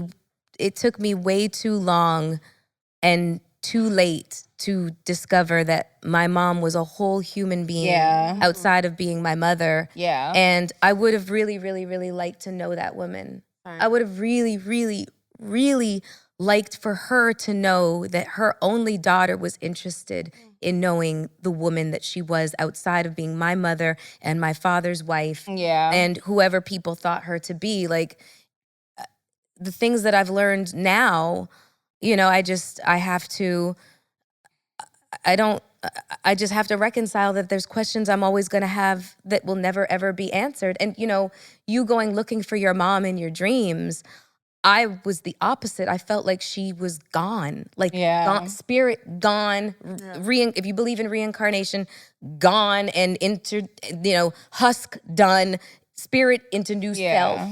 And I was sitting, it was maybe a week or two, and I was sitting outside of my aunt's place, my aunt's house. And she was not my mom's real aunt. She was her best friend. My mom's actual sister was, anywho's. And I was talking to a friend on the phone. I was like, I just think my mom is gone, like spirit gone. I can't feel her. And at that moment, this man walked through the gate in the backyard. I didn't know who he was. He was like, "Are you Melyssa Ford?" And I was like, "Yeah." And he was like, "This is for you." And it was a box. And I opened it up. And it was a necklace that I had asked the funeral home to make me with a pendant with her ashes in it. At that moment, it showed up. Yeah. And I was like, oh, hey, Mom. Yeah. No, the spirit is very alive It's very and very real. And Like it I shows feel like up when you need it. Yeah, I feel like I feel my dad around me all the time. Like I always say this, and it's always in the moments that I need him most. Like, I don't know, for like the past 2 years, since my dad passed away in 2020. So like for the past, I would say 2-3 years, anytime I'm at home, it's so crazy. And I'm feeling lonely and I'm feeling sad and I don't know where to turn. Like it's always, every time, it never feels like a butterfly that flies on my balcony at my apartment and it stays there for like 2 hours. Mine is hummingbird. I'm not even kidding. Mine is and I'm hummingbirds. just like, what the fuck? This is insane. Yeah, mine and is- I just yeah. know. Yeah. Like I know it's my dad. Yeah. Every time. Is there something that It's shows up? ladybugs. It's ladybugs. It's ladybugs, Yeah. but it's really prominent in my dreams. Yeah. It's gotten to the point to where, like, if anything is going on and I'm feeling lost, I just, like, I pray. I'm like, can you please send my mom? I Yeah. just need...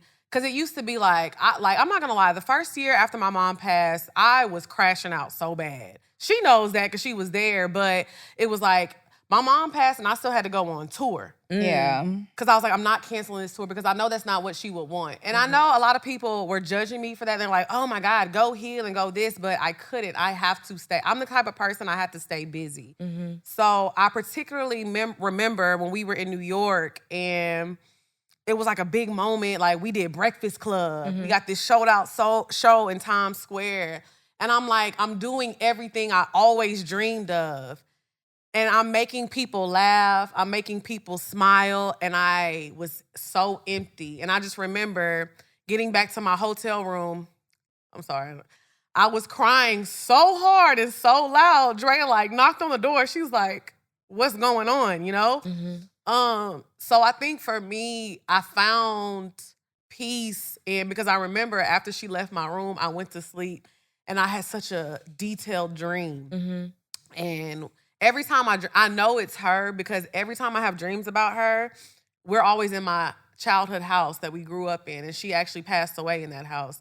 So every time I dream about her and she's talking to me, it's a dream of us in the house. And I can tell when I'm dreaming about her just because I'm thinking about her because it'll be like us doing something. But when she's speaking to me, we are always in the house. I have so many dreams like that. So I found comfort in that. And I was in denial for a long time. I mean, you create fantasies. I was like, maybe my mom didn't pass away. Maybe she just like, I'm tired of this life and she just faked her death and she's living in Italy or something. Like, you just do crazy things, you know? But I think like her coming to me in my dreams is like, hey, I'm okay. Yeah. And once you're okay with that, you know, I found my peace. You know, I'm a times and I'm a numbers person. So I was like, okay, God willing, if I live to be, you know, in my 80s or in my 90s, that means I'm gonna live more life without my mom than I did with her. So I'm like, where do I find the peace in that? So like I said, I think me connecting to her, like in my dreams and just always feeling her presence and finding her presence, even though maybe sometimes her presence isn't there, I just feel it. That's all that matters. Yeah. And that's what that That's all that Yeah. matters. Yeah. That's I agree. all that matters. It's your personal relationship. It's your personal connection with her, and that's it. It is there's nothing to be explained. Yeah. And there's nothing that needs to even be defined for anybody. It Yeah. belongs to you. I agree. You know, and one of the reasons that I've chosen to be very candid about grief and pain is because it was life altering.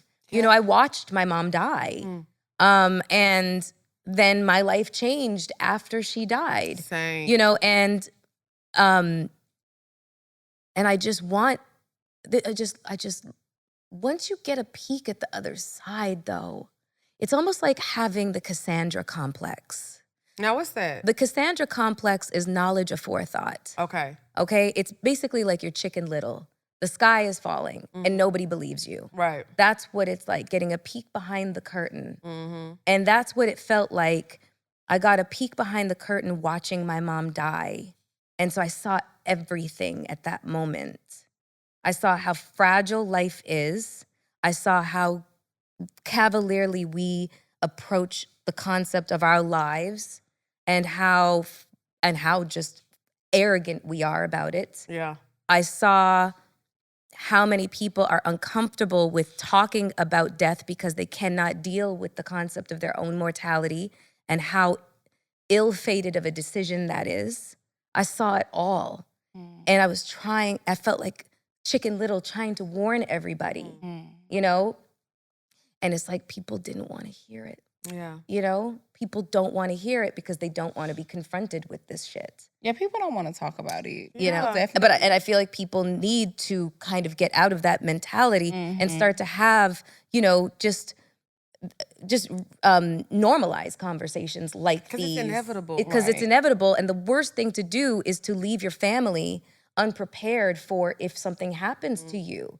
Thank God my mom and my aunt handled the business of death. Same. Before. How I feel about my dad. My mom and my aunt, these two women were like, you know the moment in Sex and the City where, you know, Carrie's like all fucked up because of Big and shit like that, and Samantha and Miranda, they were like, we got your apartment back, we got the movers there, we got this. That was my mom. That was my mom and my aunt. Yeah. Everything was tied up in a pretty pink bow for me. Yeah. Everything. My name was on everything. There would be no probate. There would be no complications in me filing for life insurance. Everything was done. Yeah. So that I could just grieve. And that's important too, because a lot of times when you lose somebody, you got to fight your cousin, a little sister that you ain't know you had, and all this stuff. So taking care of that so people can really just grieve you and go through that, that's what helped me a lot too. And I wanted to say this as well, like,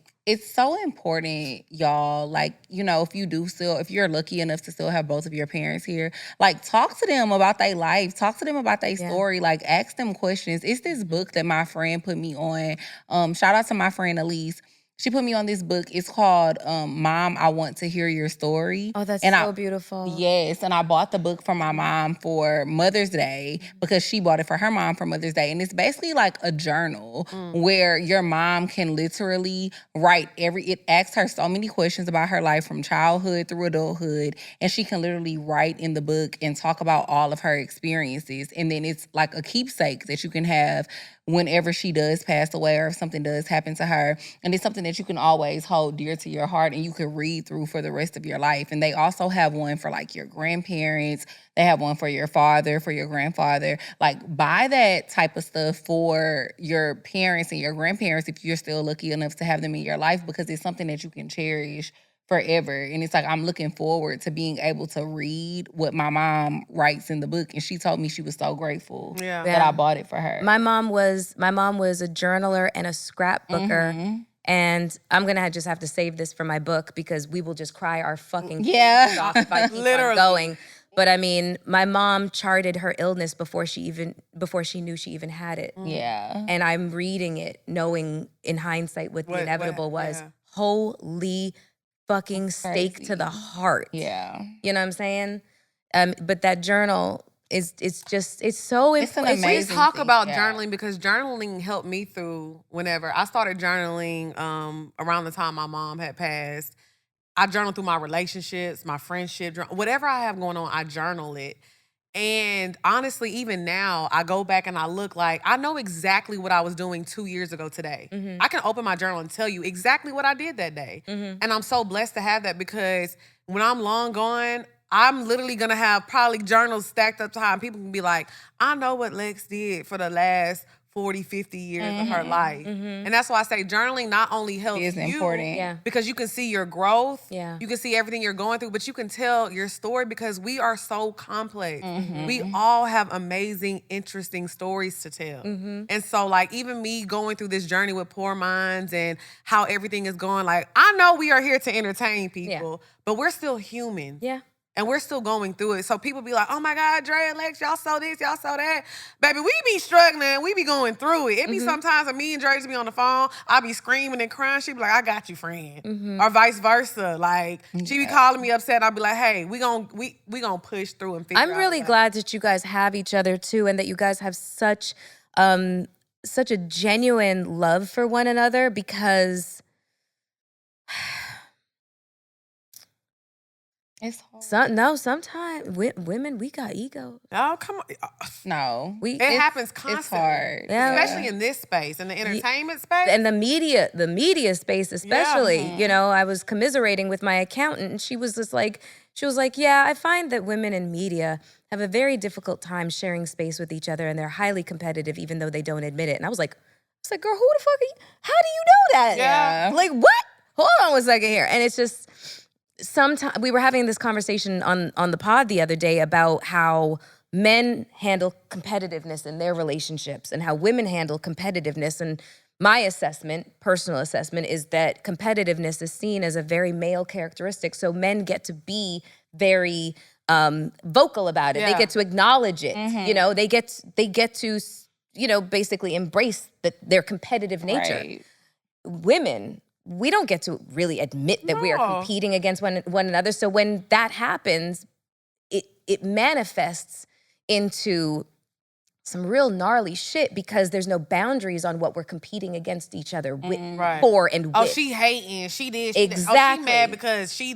Exactly. There's no clear boundaries on what this is. And this is obviously excluding sports. And I'm not talking about like, you know, climbing corporate ladder ambitiousness. I'm talking about like personal circles and stuff like that, you know, and it gets gnarly. It really, I mean, we've seen it. We've seen so many people fall out in the podcast world or just friends. Why you think there's so many male podcasts out there? Why? Because they can't do it. And I think that's one thing about our show, why people love it so much, because they like, it's so nice to see Black women who literally enjoy each other. Yeah. This episode is sponsored by BetterHelp. What's up, y'all? It's your girl, XP. And it's your girl, Dre Nicole. And y'all know we are here to tell y'all about BetterHelp.com. We are entering the fall and winter months, and y'all know this is depression time, so this is the perfect time to sign up for your therapy session. Yes, and what I always say I love about BetterHelp is that it's so easy and it's so convenient. You could literally do it from the comfort of your own home, or you could do it on the go, and they also are very, very affordable, y'all. So it's no excuse to not use BetterHelp. So all you're going to do is go to betterhelp.com/poorminds. That's betterhelp.com/poorminds, and you'll get 10% off of your first month. Overcome your fears with BetterHelp. Visit betterhelp.com/poorminds today to get 10% off of your first month. That's betterhelp, HELP.com/poorminds. What's up, y'all? It's your girl, XP. And it's your girl, Dre Nicole. Y'all know we have a segment on Poor Minds called Item of the Week. But do you have a product or something that you want to promote and you want it featured on Poor Minds? Your opportunity is here. Period. If you have an item or you have a business and you want to get it promoted, we are now having slots available on the Poor Minds episode. So if you would like to get your product featured for Item of the Week, all you need to do is send an email to itemoftheweekpm@gmail.com. That's itemoftheweekpm@gmail.com. Send us an email and we'll work it out. We're going to figure it out. Get your product, get your business sponsored, and make you some money.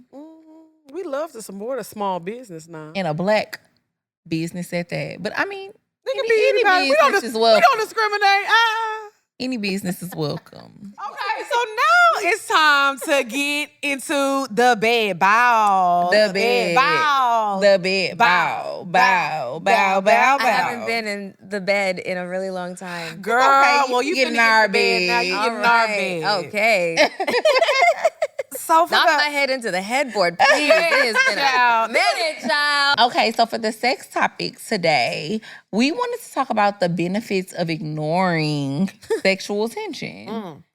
Because I think a lot of the time, especially, I'll say this, I think in younger women, you know, you getting so much attention from these men and you don't know who to pick, you don't know who to choose. So sometimes if a dude give you a lot of attention or too much attention, you like, well, I like him enough.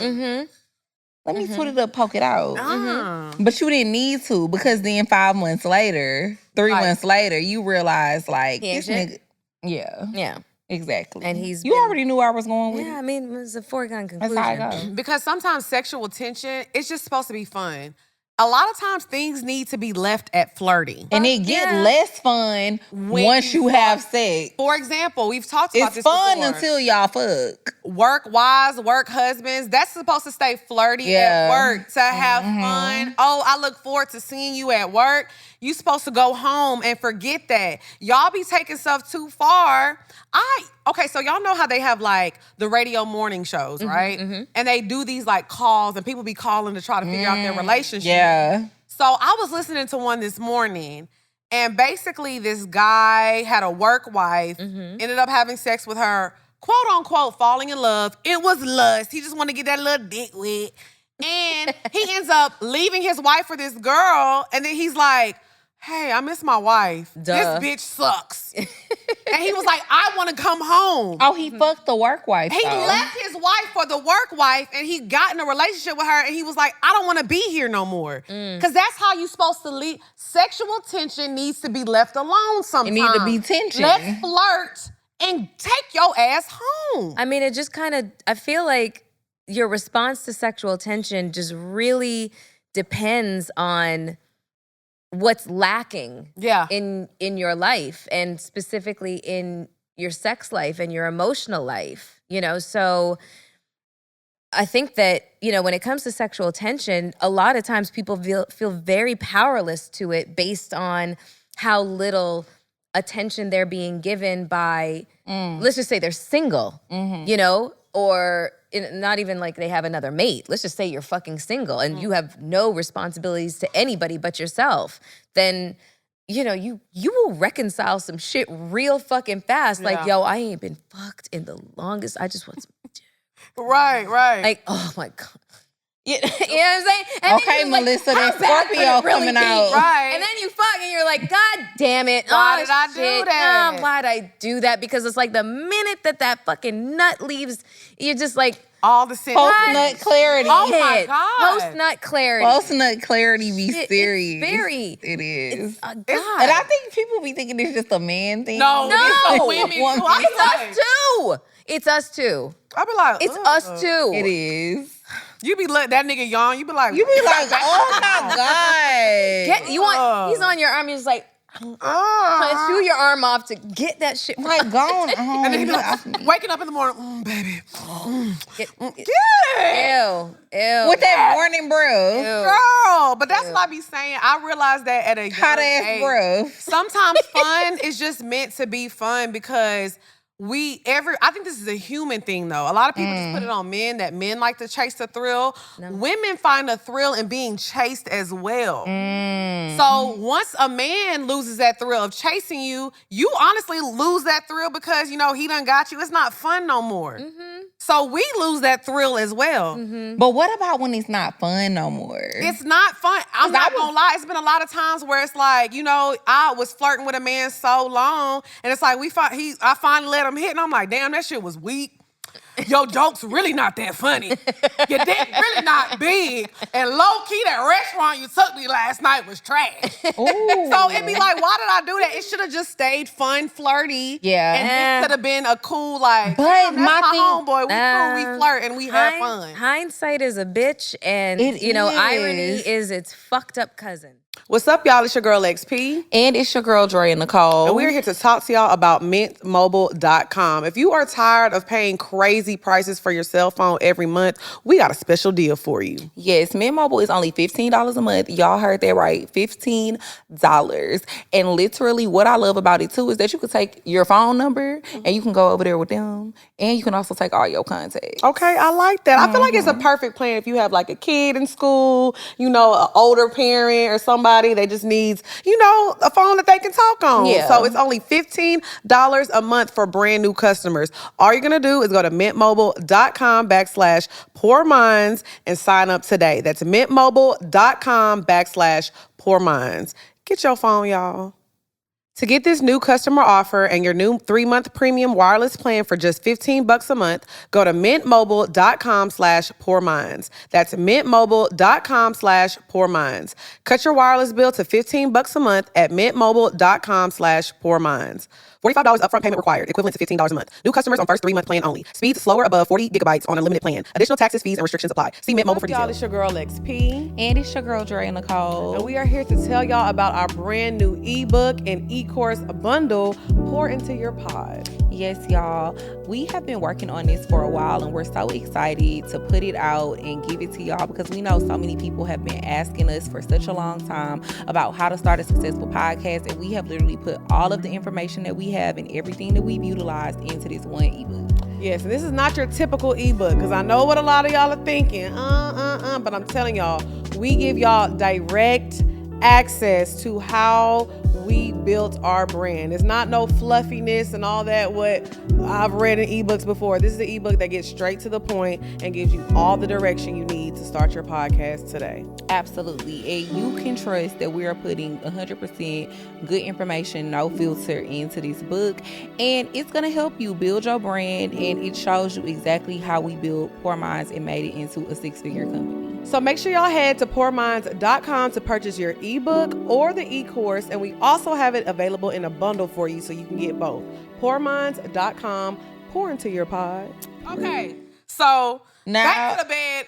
Ignore that sexual tension. It's going to get your ass in trouble. Exactly. So now it's time to get into the bow. Hey. The bow. Bow. The bow. Bow. Bow. Bow. Bow. Bow.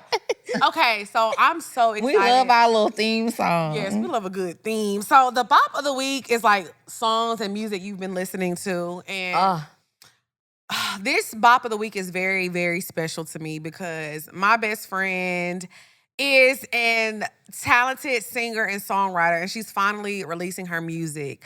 And if you are the type of person that's into like R&B, but with a good pen, like think like if SZA and Summer Walker had a baby. Like that's what it sounds like. Wow.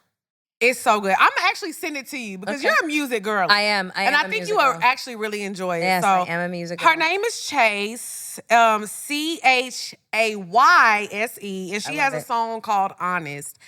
But hopefully she's dropped it by the time this is dropped. It's supposed to drop in the next, week or two, but by the time this drops, it should be out. But either way, I'm gonna put the link in the bio for y'all. It's such a good song, and like her voice is just different. I love when I hear a new artist and like you can establish their voice. Like when we hear Beyonce, we know it's Beyonce. When we hear Summer Walker, we know it's her. She's not trying to sound like anybody else. I love that. That's what I love. And it's like, let's get back to good pen game. Billie Eilish, I seen a clip of her and she was talking about the notes in her song. And she was getting, I hit this note because this is gonna hit this chord. And I'm like, she really studied fucking music. Yeah, like she understands like instrumentation. Like, yes, that Money that Long music reminds it gives me the same thing. Like Money Long she is knows it. She is a beast. Yes. She is a beast. And it's like sometimes I never knew what that was, but like sometimes I'll hear a note and it hits something, and you be like, oh my God. It's like you hear a certain note and it be like, it hits a little something in you. And Chase has that. It's such a good song. So yeah, Chase, Honest, that's my bop of the week. I'll put the link in the bio, y'all. Please go listen and support. It's a bop, period. Okay? What y'all been listening to? So I really like this song, Bad Kim. That was my bop of the week the other by week. Sabrina Carpenter. Yay! But then she also has this other song called Espresso. Oh my God. Mm-hmm. Yeah, she's Oh my so God. good. And so funny. That's some shit that I imagine myself on a yacht Me in like too. the French Riviera. Amalfi Did y'all Coast. know this is like her Yes. fourth album? Yeah. This is like her fourth album. Yeah. And finally fucking stuck. Yeah. So, she It's is crazy. so good. She's Yeah. so The good. pop girls are back. The pop girls Addison are back. Rae has a song called Diet Pepsi. I'm your baby. Yeah, no, I know what It's song you're so talking about. I'm I'm ready for Britney. Britney. I'm ready for Britney and Christina again. To come back. Well, Christina's back. Well, what I'm saying is I'm ready for like new age, like Britney and Christina. Christina's back with Vengeance. Well, she is. She's about to. And I she know looks she's about, fucking good. You know who else is back? Fucking Katy Lindsay Perry. Lohan. Lindsay Lohan looks good. Katy The girl's Perry. got a new doctor, and I want to know who it is. Christina. I need that Christina. Yeah. I need that Yeah. tea. Katy Perry dropped a new song. Fucking fire. But no, so The girls are back. So Sabrina Carpenter, she has these two songs that I really, really love. And you want to know what's funny? When my picture went viral on Twitter yesterday, somebody had tweeted it and they said, this confirms my theory that Sabrina Carpenter looks like a skinny white version of you. Hey. And then people were in the comments like, well, I'm not mad at it. I see it. And I'm like, really? I see what they're saying. That is so... It's not what I would have thought immediately right off the bat, but now that you It's say it, I'm like, Sabrina with a little hot sauce. and boom.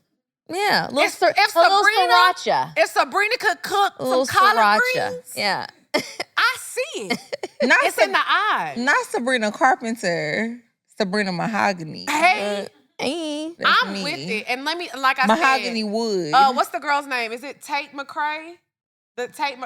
The pop girlies. I'm so glad that they're getting back to being white women. Y'all are. I got tired of that era of them trying to rap. Like no shade, no tea. But like when Iggy came out, all the white girls felt like, oh, let me be hood in the club, bad bitches. Well, I First think things Gwen first, I'm Stefani a realist. was the No. first, but she ate No. that though. But Like Gwen she Stefani ate it up, wasn't then everybody trying- else thought that they could do that. Gwen Stefani wasn't trying to, she was being herself. She's always been eclectic and different, and she wasn't trying to sound black. No, it she came wasn't. to an era where we've always been the blueprint. But the girls were feeling, I gotta be hood. That's why they kind of canceled Katy Perry for a while, because she had that song with Migos, and she went on stage going She like looked this. insane. And Katy Perry she had is to take a back break. to being a great She had to take a break, go have a She baby. did. She had Find to a white take a man. Crazy. and She she was had to go back to crazy. being a great white. Katy Perry is white as hell. great again. what? A great white. A great white shark. She's back to her white roots where she's eating. Her music is really good right now because she's not trying to hop on a beat with Quavo. Can we drop some beats? She's not trying to do that no more. However, though, Sabrina Carpenter just did a song with Lil Durk. But again, she's not trying to. She's still sound- in her pop. She's still in her pop pocket. world. So that's just like a feature. It's a feature. It's a feature. So I feel like the girls are going back to Features. do your thing and let them hop on the track. Like, what's the song that just went gold or platinum with Moneybag and Morgan Wallen? Oh, yeah. Moneybag wasn't trying to be country and Morgan wasn't trying to be ghetto. They just, hey, let's come together and make a hit song. A good song. Everybody needs to stay in their lane and do what they do. But that was a bop because Bad Kim is a great fucking song. It's a hit. So in this segment, do I come up with a song? Yes. What you been listening to, Melyssa? It's this song called Woke Up. Okay. And it's by this group called XG. And they are from South Korea. Ooh. Is this K-pop? No. Oh. It's not K-pop. Okay. Are you a K-pop girl? I'm not. I'm not. But when you listen to this song, I swear to God, your head is gonna be like, wait, who is this again? I promise write you. this down. What's it called again? It's called Woke Up. Woke Up. And by this group called XG. And you are not going to believe what you are listening to. I can't wait till we finna listen to this on the way home. Listen, I have a whole music appreciation page called Melodies Times Mel. Okay. Because I love music we all love music. Yeah. But I mean, like my tastes are global. You know, like one of my favorite groups is this group called Rupa and the April Fishes. And she is like the Sri Lankan Sade. Ooh. She sings in Spanish, English, French, and Sri Lankan. And one of my favorite songs by her. I love when you do that. Because you about to get in your big bag. I'm about to do that too. One of my favorite songs with her is called Les Abeilles. And it translates into the bees. And I don't really know what the fuck she's saying. I capture a few words here and there. But I mean, it starts off with this solo violin, you know? And then it becomes like this slow kind of flamenco kind of sound. And I swear, you definitely want to do shrooms or you want to smoke a little bit and then play this song and you're just like, wait, hold on, what's happening here? Yeah. Because the song just kind of like comes to you in like a wave and it washes over you. And you have to like just kind of like lean your head back and dip low. And just everybody got to get quiet. Everybody just got to get quiet. And then she starts to sing. And it is the most seductive, beautiful voice. And it reaches into your fucking sternum. And it grabs your fucking soul. And it holds on to you. And you don't even realize that time has passed until the song ends. And you're like, what the fuck just happened? Girl, I might have had an orgasm. I'm finna. But you know what's crazy? Right? I feel like we all need to put that in our Let me get that song right now. Call my man. Because I'm telling you, I always be like, okay, time passing.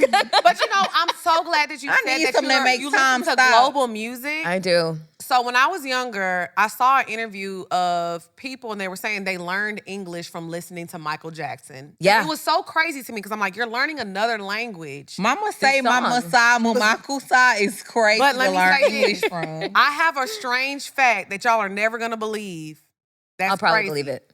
Go ahead. There was a group called Tattoo that came out when I was in high school. They were a Russian girl group. I be real. I remember that. All the things she said.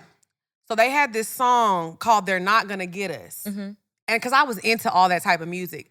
And I looked up the song one day and they had the original Russian version.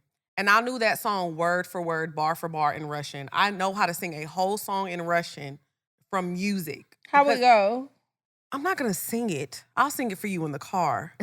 But I'm saying, it's called Nas Ne Nagonyat. That was worth the try. It's called what? Nas Ne Nagonyat. And I can literally sing the whole song word for word, bar for bar in another language. Oh, I'm about to play Nas Not Gone Yet. Okay. Spasiba. But I'm saying, I don't even know what I'm saying. I mean, obviously I'm saying they're not gonna get us, but I knew what I was saying because I knew the English version.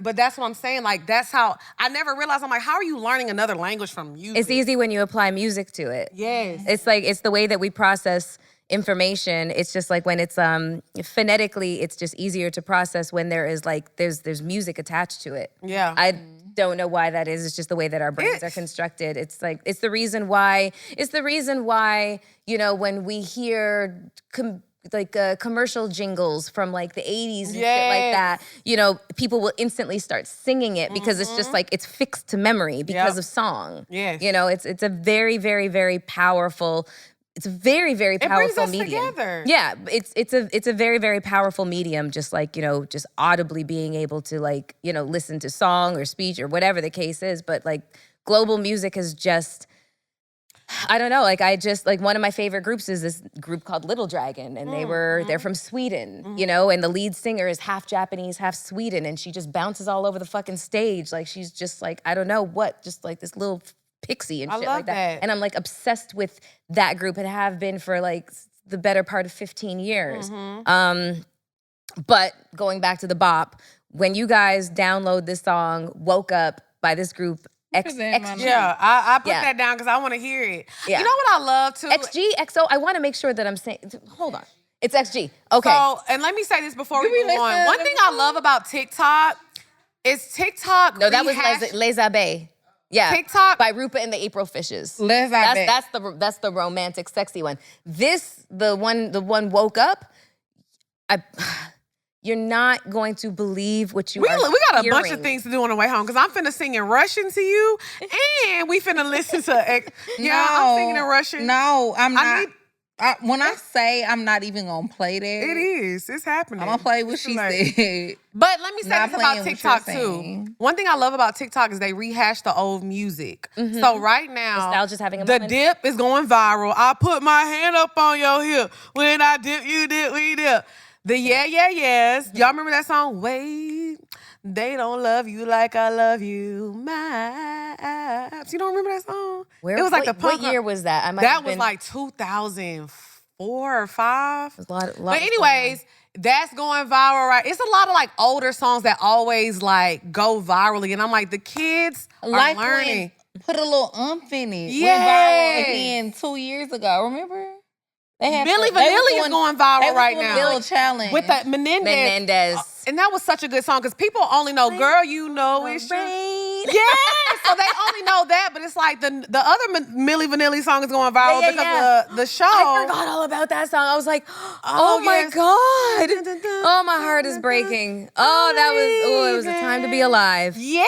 It was a time to be alive pre 9/11 when we weren't in a constant state of fucking the apocalypse. terror. And terror and a catastrophe around the Yes. fucking corner. Yeah. And Life was endless good. war and whatnot. Shit was good. Shit was was good. Look, I may have been a teeny tot, but I remember having a good time. Can I get another cocktail? I know we are about to like round the corner towards the end. Just put some pressure on that vodka. Can we sing that today? There we go. Let's sing along up in it. Okay, we got to move on. Now we gotta ask Melyssa what she wanna sing. Okay, I we'll wanna ask her what sing. she Put a wanna little sing. umph in it. But come on now, we got the wrap. This has been the longest Pour It Minds has episode in history. ever. Oh shit!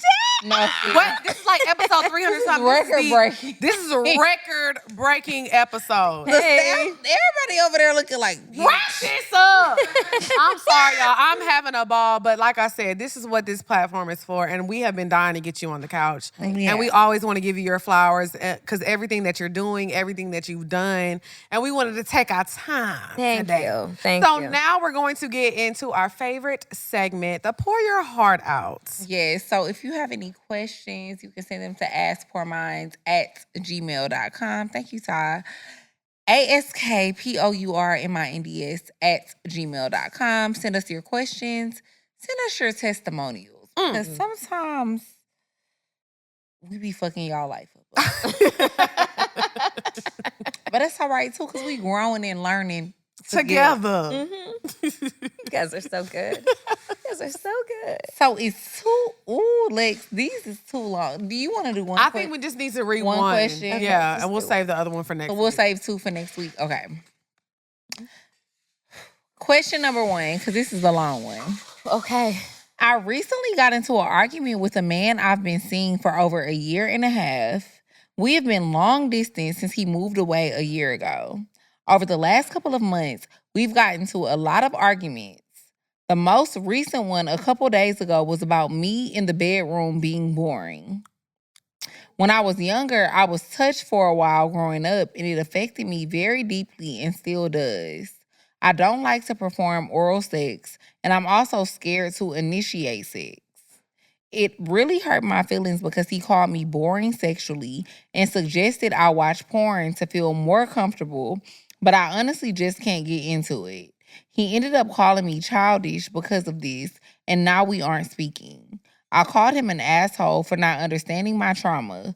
What advice can you give, or any tips do you think I'm wrong? Yeah, you gotta a let lot. go of him. Yeah. Because did she say that he knows her trauma? Does he know her trauma? Did she say that? No, I don't think so. But He doesn't even to me he just doesn't sound like a safe space for her Right. to even be that vulnerable to talk about the reasons why she hesitates and why she doesn't find certain acts desirable. And that's like that's really unfortunate. You know what I'm Because I saying? feel like it tells you too. Like if you say certain things to him and how he responds to certain things, then I feel like that lets you know that you can't let him know anything further. And also the fact that the relationship has now become long distance and there's more strife. A lot of times men they don't really like conflict with women. Right, And I they will create issues so that you break up with them and they don't got to be the bad guy. So they don't have, because they want to be the victim and they want to say, oh, she's a bad They just don't want to be the bad guy. Right, You know, and that's just a tactic, and it gets made easier when there's distance between the two of you. So, I mean, the writing's on the wall. This is kind of like a foregone conclusion, and I would advise her to go to therapy and seek some really, really needed, deep rooted like therapy to address those issues. Right. And then maybe she starts to, like the act of doing things that she, gives her hesitation right now, because I mean, like that's a lot to be carrying around with you as an adult and not having dealt with it. Right. And I think like sex should not feel like a job. Yeah. Or like something like you have to do to keep somebody Not at all. happy. Sex is supposed to be fun and enjoyable. Yes. Like it's supposed to be a healthy thing. Once you start feeling like you gotta fuck a nigga, the relationship is over. Yeah. And you're doing Because it things. shouldn't feel like something you gotta do. It should feel like something like You want to do. Like I want to go home And his and pleasure, make love to my man. and his pleasure and your pleasure are of the same level of importance. She loved to make love. I know that's right, sister girl. She meant that. She said, you supposed to want to go home and make love. Making love, free girl. Girl, I can't wait. I know that's right, queen. Girl, what the fuck is wrong with you? Cut up. You couldn't up because I didn't even say that. But no, you said make love. You Okay, did thank say, you. did she not say that? She did, She with said, her whole you gotta chest. go home and make love. With her whole chest. God damn, It was very sweet. I know, because she thinking about it. She like, fat. When we fucking. You know what I'm saying? That's what I'm asking. Dre like to make sweet love. Okay, y'all, we got to wrap this up. Fuck you. Melyssa, let's talk about Hot and Bothered and what people can expect from it, what we are looking forward to, and all that good stuff. Okay. Hot and Bothered with Melyssa Melyssa Ford. Yes, because people wanted to. Why didn't she check to see if the name was already taken? Bitches, do you know how many? There's a million podcasts out there. Do you think that I am the only person that has picked a podcast with a name that has been utilized by somebody else where the content is? There's a podcast called Hot and Bothered. It's about climate change. Oh. Exactly. There's that. You can. It do be hot outside. They do And be hot bothering. outside. There is a bunch of podcasts that have the same name. It's all about the content that you deliver. It's all about whether it's compelling and it's engrossing and your audience feels loved and seen and educated and informed. And that is my plan. So because my lived experience right now is that I am actively going through perimenopause, and coincidentally, that shit kicked in right when my mom passed away. So I was like, is it grief? Is it perimenopause? Do I need to check myself into a mental institution? Shit was fucked up. Yeah. So this is my lived experience, and I want to address the women and talk to the women that have been, my supporters through the duration of my career. And they are, 40s all the way up into like mid 50s, close to 60s and stuff like that. But then I also have the demographic of women that is your ages, that is looking towards me to kind of let them know what the fuck next? is on the horizon. Yes, what's next? happening? How do I handle that? Because nobody prepared me for this shit. You know what I'm saying? Nobody prepared my generation for what we're going through. And so I want to reserve the space for my younger audience to teach them what's coming down the pipeline, but also to address their concerns and their lifestyles and what's happening. I can go down memory lane. It was not that long ago and stuff like that. And then also most importantly, well, not most importantly, it's just all important, is that I felt like by having a podcast with a name that was just about menopause excluded my men. Yeah. My male audience. And they are a huge reason as to why I am successful to this day. And I love them. I love them for their unwavering, undying support. And I want them to be a part of the conversation. So the topics are going to be really fun, really engrossing, really educational, because if you got anything from this, is you gonna learn something today. I learned a few words, You know what I'm period. saying? And it's gonna be fun, it's gonna be informative, and it's gonna be like, I never knew that. Yeah. You're gonna walk away knowing something that you did not know. And I just needed to find a way to express to people that we're all living this human experience. you know, and suffering through the human condition. And so hot and bothered is like, oh my God, hot flash, hot and bothered. Or it's just like, ooh, I'm like hot and bothered right now. Or it's just like, yo, I'm fucking hot and bothered by this motherfucking bullshit. Yeah. It's all those it's things. Under the umbrella. It's the complete and total umbrella. So it's hot and bothered with the one and only Melyssa Ford. Because there's only one of you. Because there's only one of me. And can I say this too? I'm so excited about this pod because I feel like, one, you can get your shit off, but you have so many stories. You have lived a life and you are still standing and still doing very well. I'm still here. Here. People would keep wanting to challenge me on that resilience and that tenacity. A truck hit me. Okay, and I survived. Still So here. you can't. They want to diminish can't your stop star and the Melyssa, things. you don't know She's that doing song? this right. What? I'm still here. She don't know that goddamn song. But why? Where's 'Cause it she from? needs to know That's it. Gina from Martin had a song. I'm gonna sing this to you. What season? I might have stopped watching. No, it No, wasn't. it wasn't the season. It wasn't on the season. It was recently. She Oh went- shit! Oh shit! Don't listen to this girl. Wait. Why is you? Listen, I'm Canadian. No. Sometimes I'm gullible. Like whatever you say, I'm like, really? So No. Recently, she went has on a somebody's secret. show. She went on the show. And she Not going to show, She was performed. performing. She did go on somebody's show. Oh, it was a show? I thought it was her show. And that's how you don't she's know your sold history. out. Sold out shows. Stop playing with her. She went on a show and Okay. she was performing and she performed her song. I'm still here. Okay, well I'm gonna play that in the car on the. My girl Stace is in the back. She's just shaking her head like, But- no, we're not playing that in the car. Don't perform But- it. No, don't wait, play wait, it. wait, to wait. close this But it was out, a good song. Though. Yeah, it was. And I feel like it was it- a little bop. It was a little It bop. was. Okay. But to close this out, like I said, I'm so glad that you're starting a podcast because, like your own podcast, because there is a space here for women who want to hear your story, women who can learn from you. I And I agree. feel like even us at our age, I feel like we teach the youth a lot of things, but there's still things that women my age, who do we look to? Yeah. And I think you're a perfect example of that I because a agree. lot of times people try to like dim people's stars and like, but you have to realize that. Can I tell y'all something? I know I'm about to get another topic. Well, being What- a woman is hard. But let So me it's say this. I like- went on a deep dive last If night. you Y'all can remember look- them shows, Rock of Love, Flavor of Love, Yeah. all the shows. Yeah. And this is no shade, no tea, but I was like, I went to a deep dive of all those women who were on those shows, right? And a lot of them are like homeless. A lot of them are struggling and they're going through it. And I'm not How you saying that to be find funny. them? Even TikTok, girl, you find everything. And I go on people.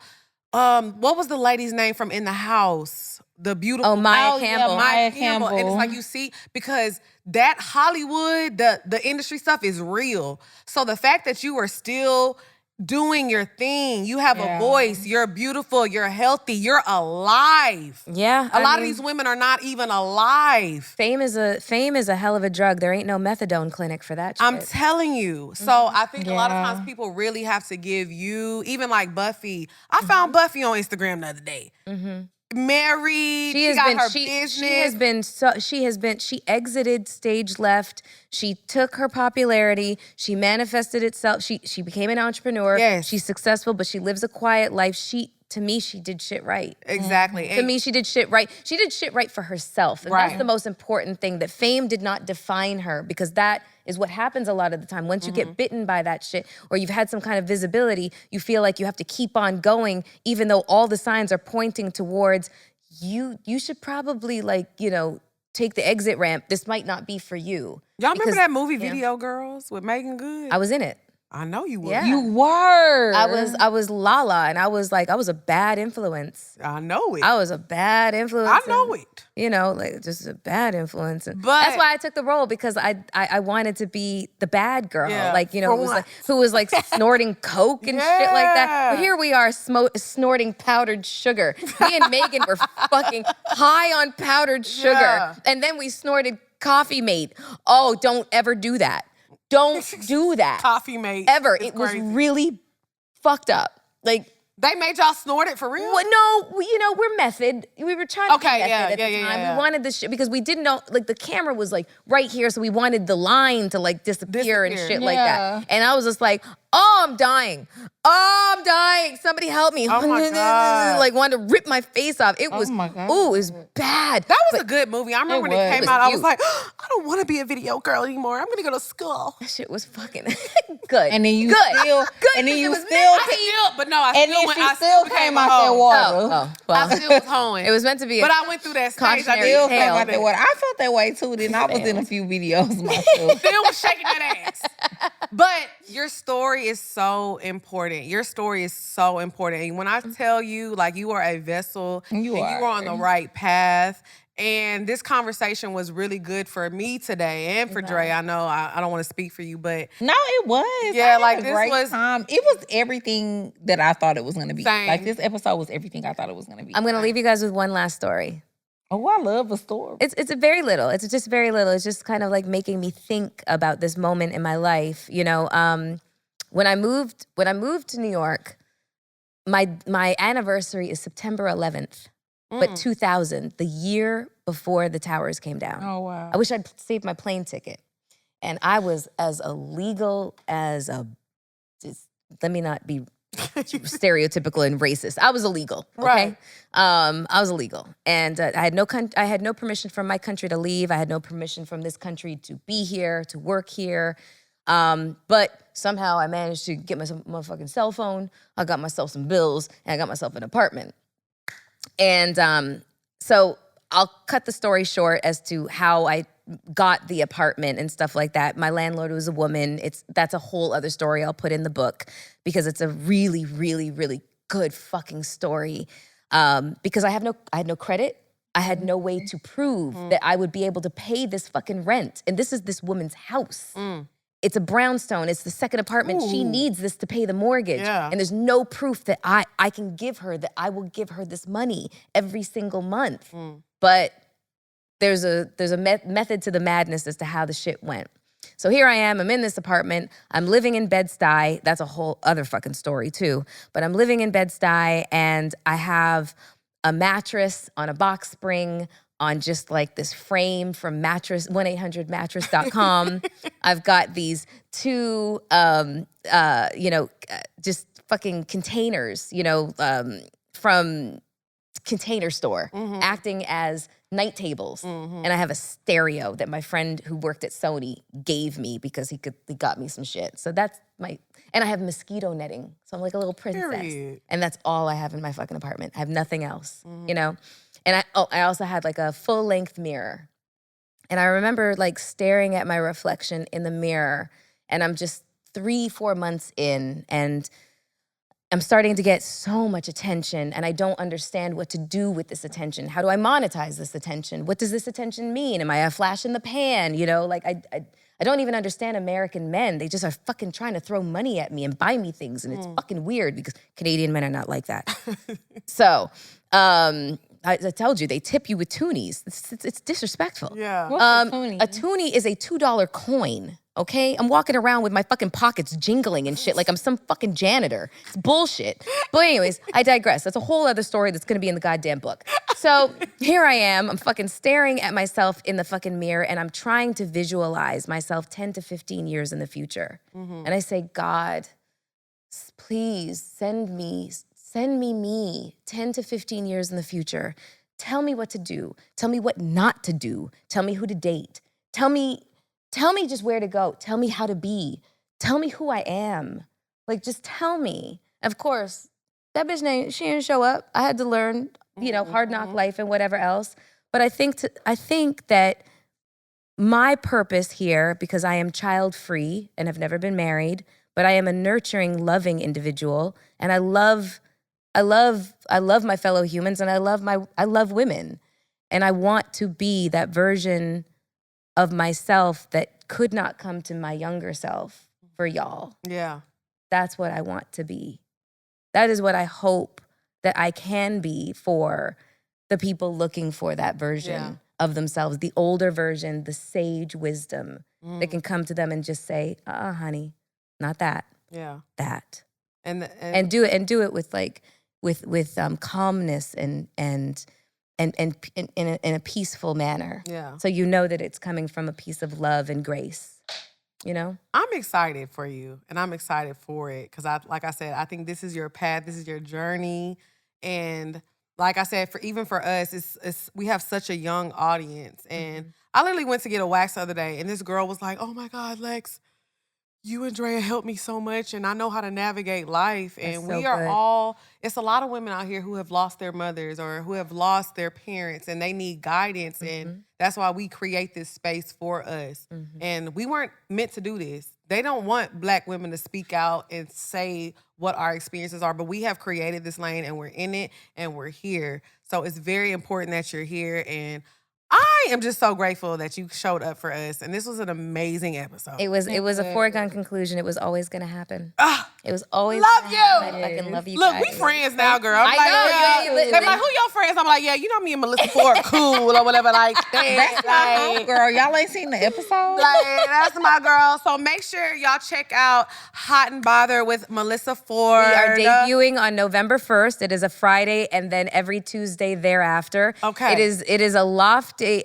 I did not want to put it out November 5th because that is election day, and I was like, God damn it! Yeah. This shit is gnarly. Yes. You know, so let me just drop on the Friday. Come on. Everybody just kind of like processes what's going they on. coming. Exactly. They coming. And then it's every Tuesday thereafter. That is the plan, and it's just I'm gonna feed the kids. Yes. I'm gonna feed the kids. Because we hungry, girl. You know what I'm saying? We hungry. Feed the kids. Well, thank you so much, Melyssa. Make sure y'all follow Hot and Bother with Melyssa Ford. Y'all go to musebeautycollection.com. Get all your lip glosses. Y'all make sure y'all go to my personal YouTube, youtube.com/lovelexp. Poor Chronicles drop every Monday. Every Monday. Also follow my personal YouTube channel at Drea Nicole with 3 E's. And yeah, period. We'll see y'all next week. Bye, y'all. So y'all make sure y'all share the content, like, subscribe, follow, all that good stuff. And let me say this before we close out. Y'all, there is one Twitter account that is connected to Poor Minds. It's POUR_MINDS. Y'all are tagging the wrong Poor Minds page. If you see @Poor Minds with no underscore, that is a fake page. Do not follow that page, okay? They blocked me, Andrea, and the Poor Minds page on both. So we only have one Instagram, one Twitter, one TikTok. It is POUR_MINDS. All right? And we got hella fake Facebook pages. Oh, the Facebook pages. It's the The crazy thing is our Facebook page actually have the least amount of followers. So if you go on Facebook, the one that's ours got the least amount of followers. The one that's not us got like 250,000 But y'all followers. know it's fake if you actually look at the content, because the caption is like, whoever it is don't speak English. Because their captions are like, Bumba Claus. Should men pay bill? Should men pay bill? Yes, no. Check answer below. Block. Booyah, booyah, booyah. Like that's literally what the captions I like you want with that DDG's Bumba Claus. Bumba Claus. I love that. Y'all ready? Come on. Time on my hands since you've been away, boy. I ain't got no plans. No. Yeah. And the sound of the rain Against my window pane. Sing it, Melyssa. It's slowly driving me insane. Boy, I'm going down. I'm going down. 'Cause you ain't around, baby. My whole world's upside down. Sleep don't come easy. Boy, please believe me. Since you've been gone, Everything's going wrong. hey, why'd you have to say goodbye? Look what you've done to me. I can't stop these tears from falling from my eyes. Ooh, baby, I'm going down. I'm going down. 'cause you ain't around, baby. My whole world's upside down. Nah. Ooh, baby, love going down, going down.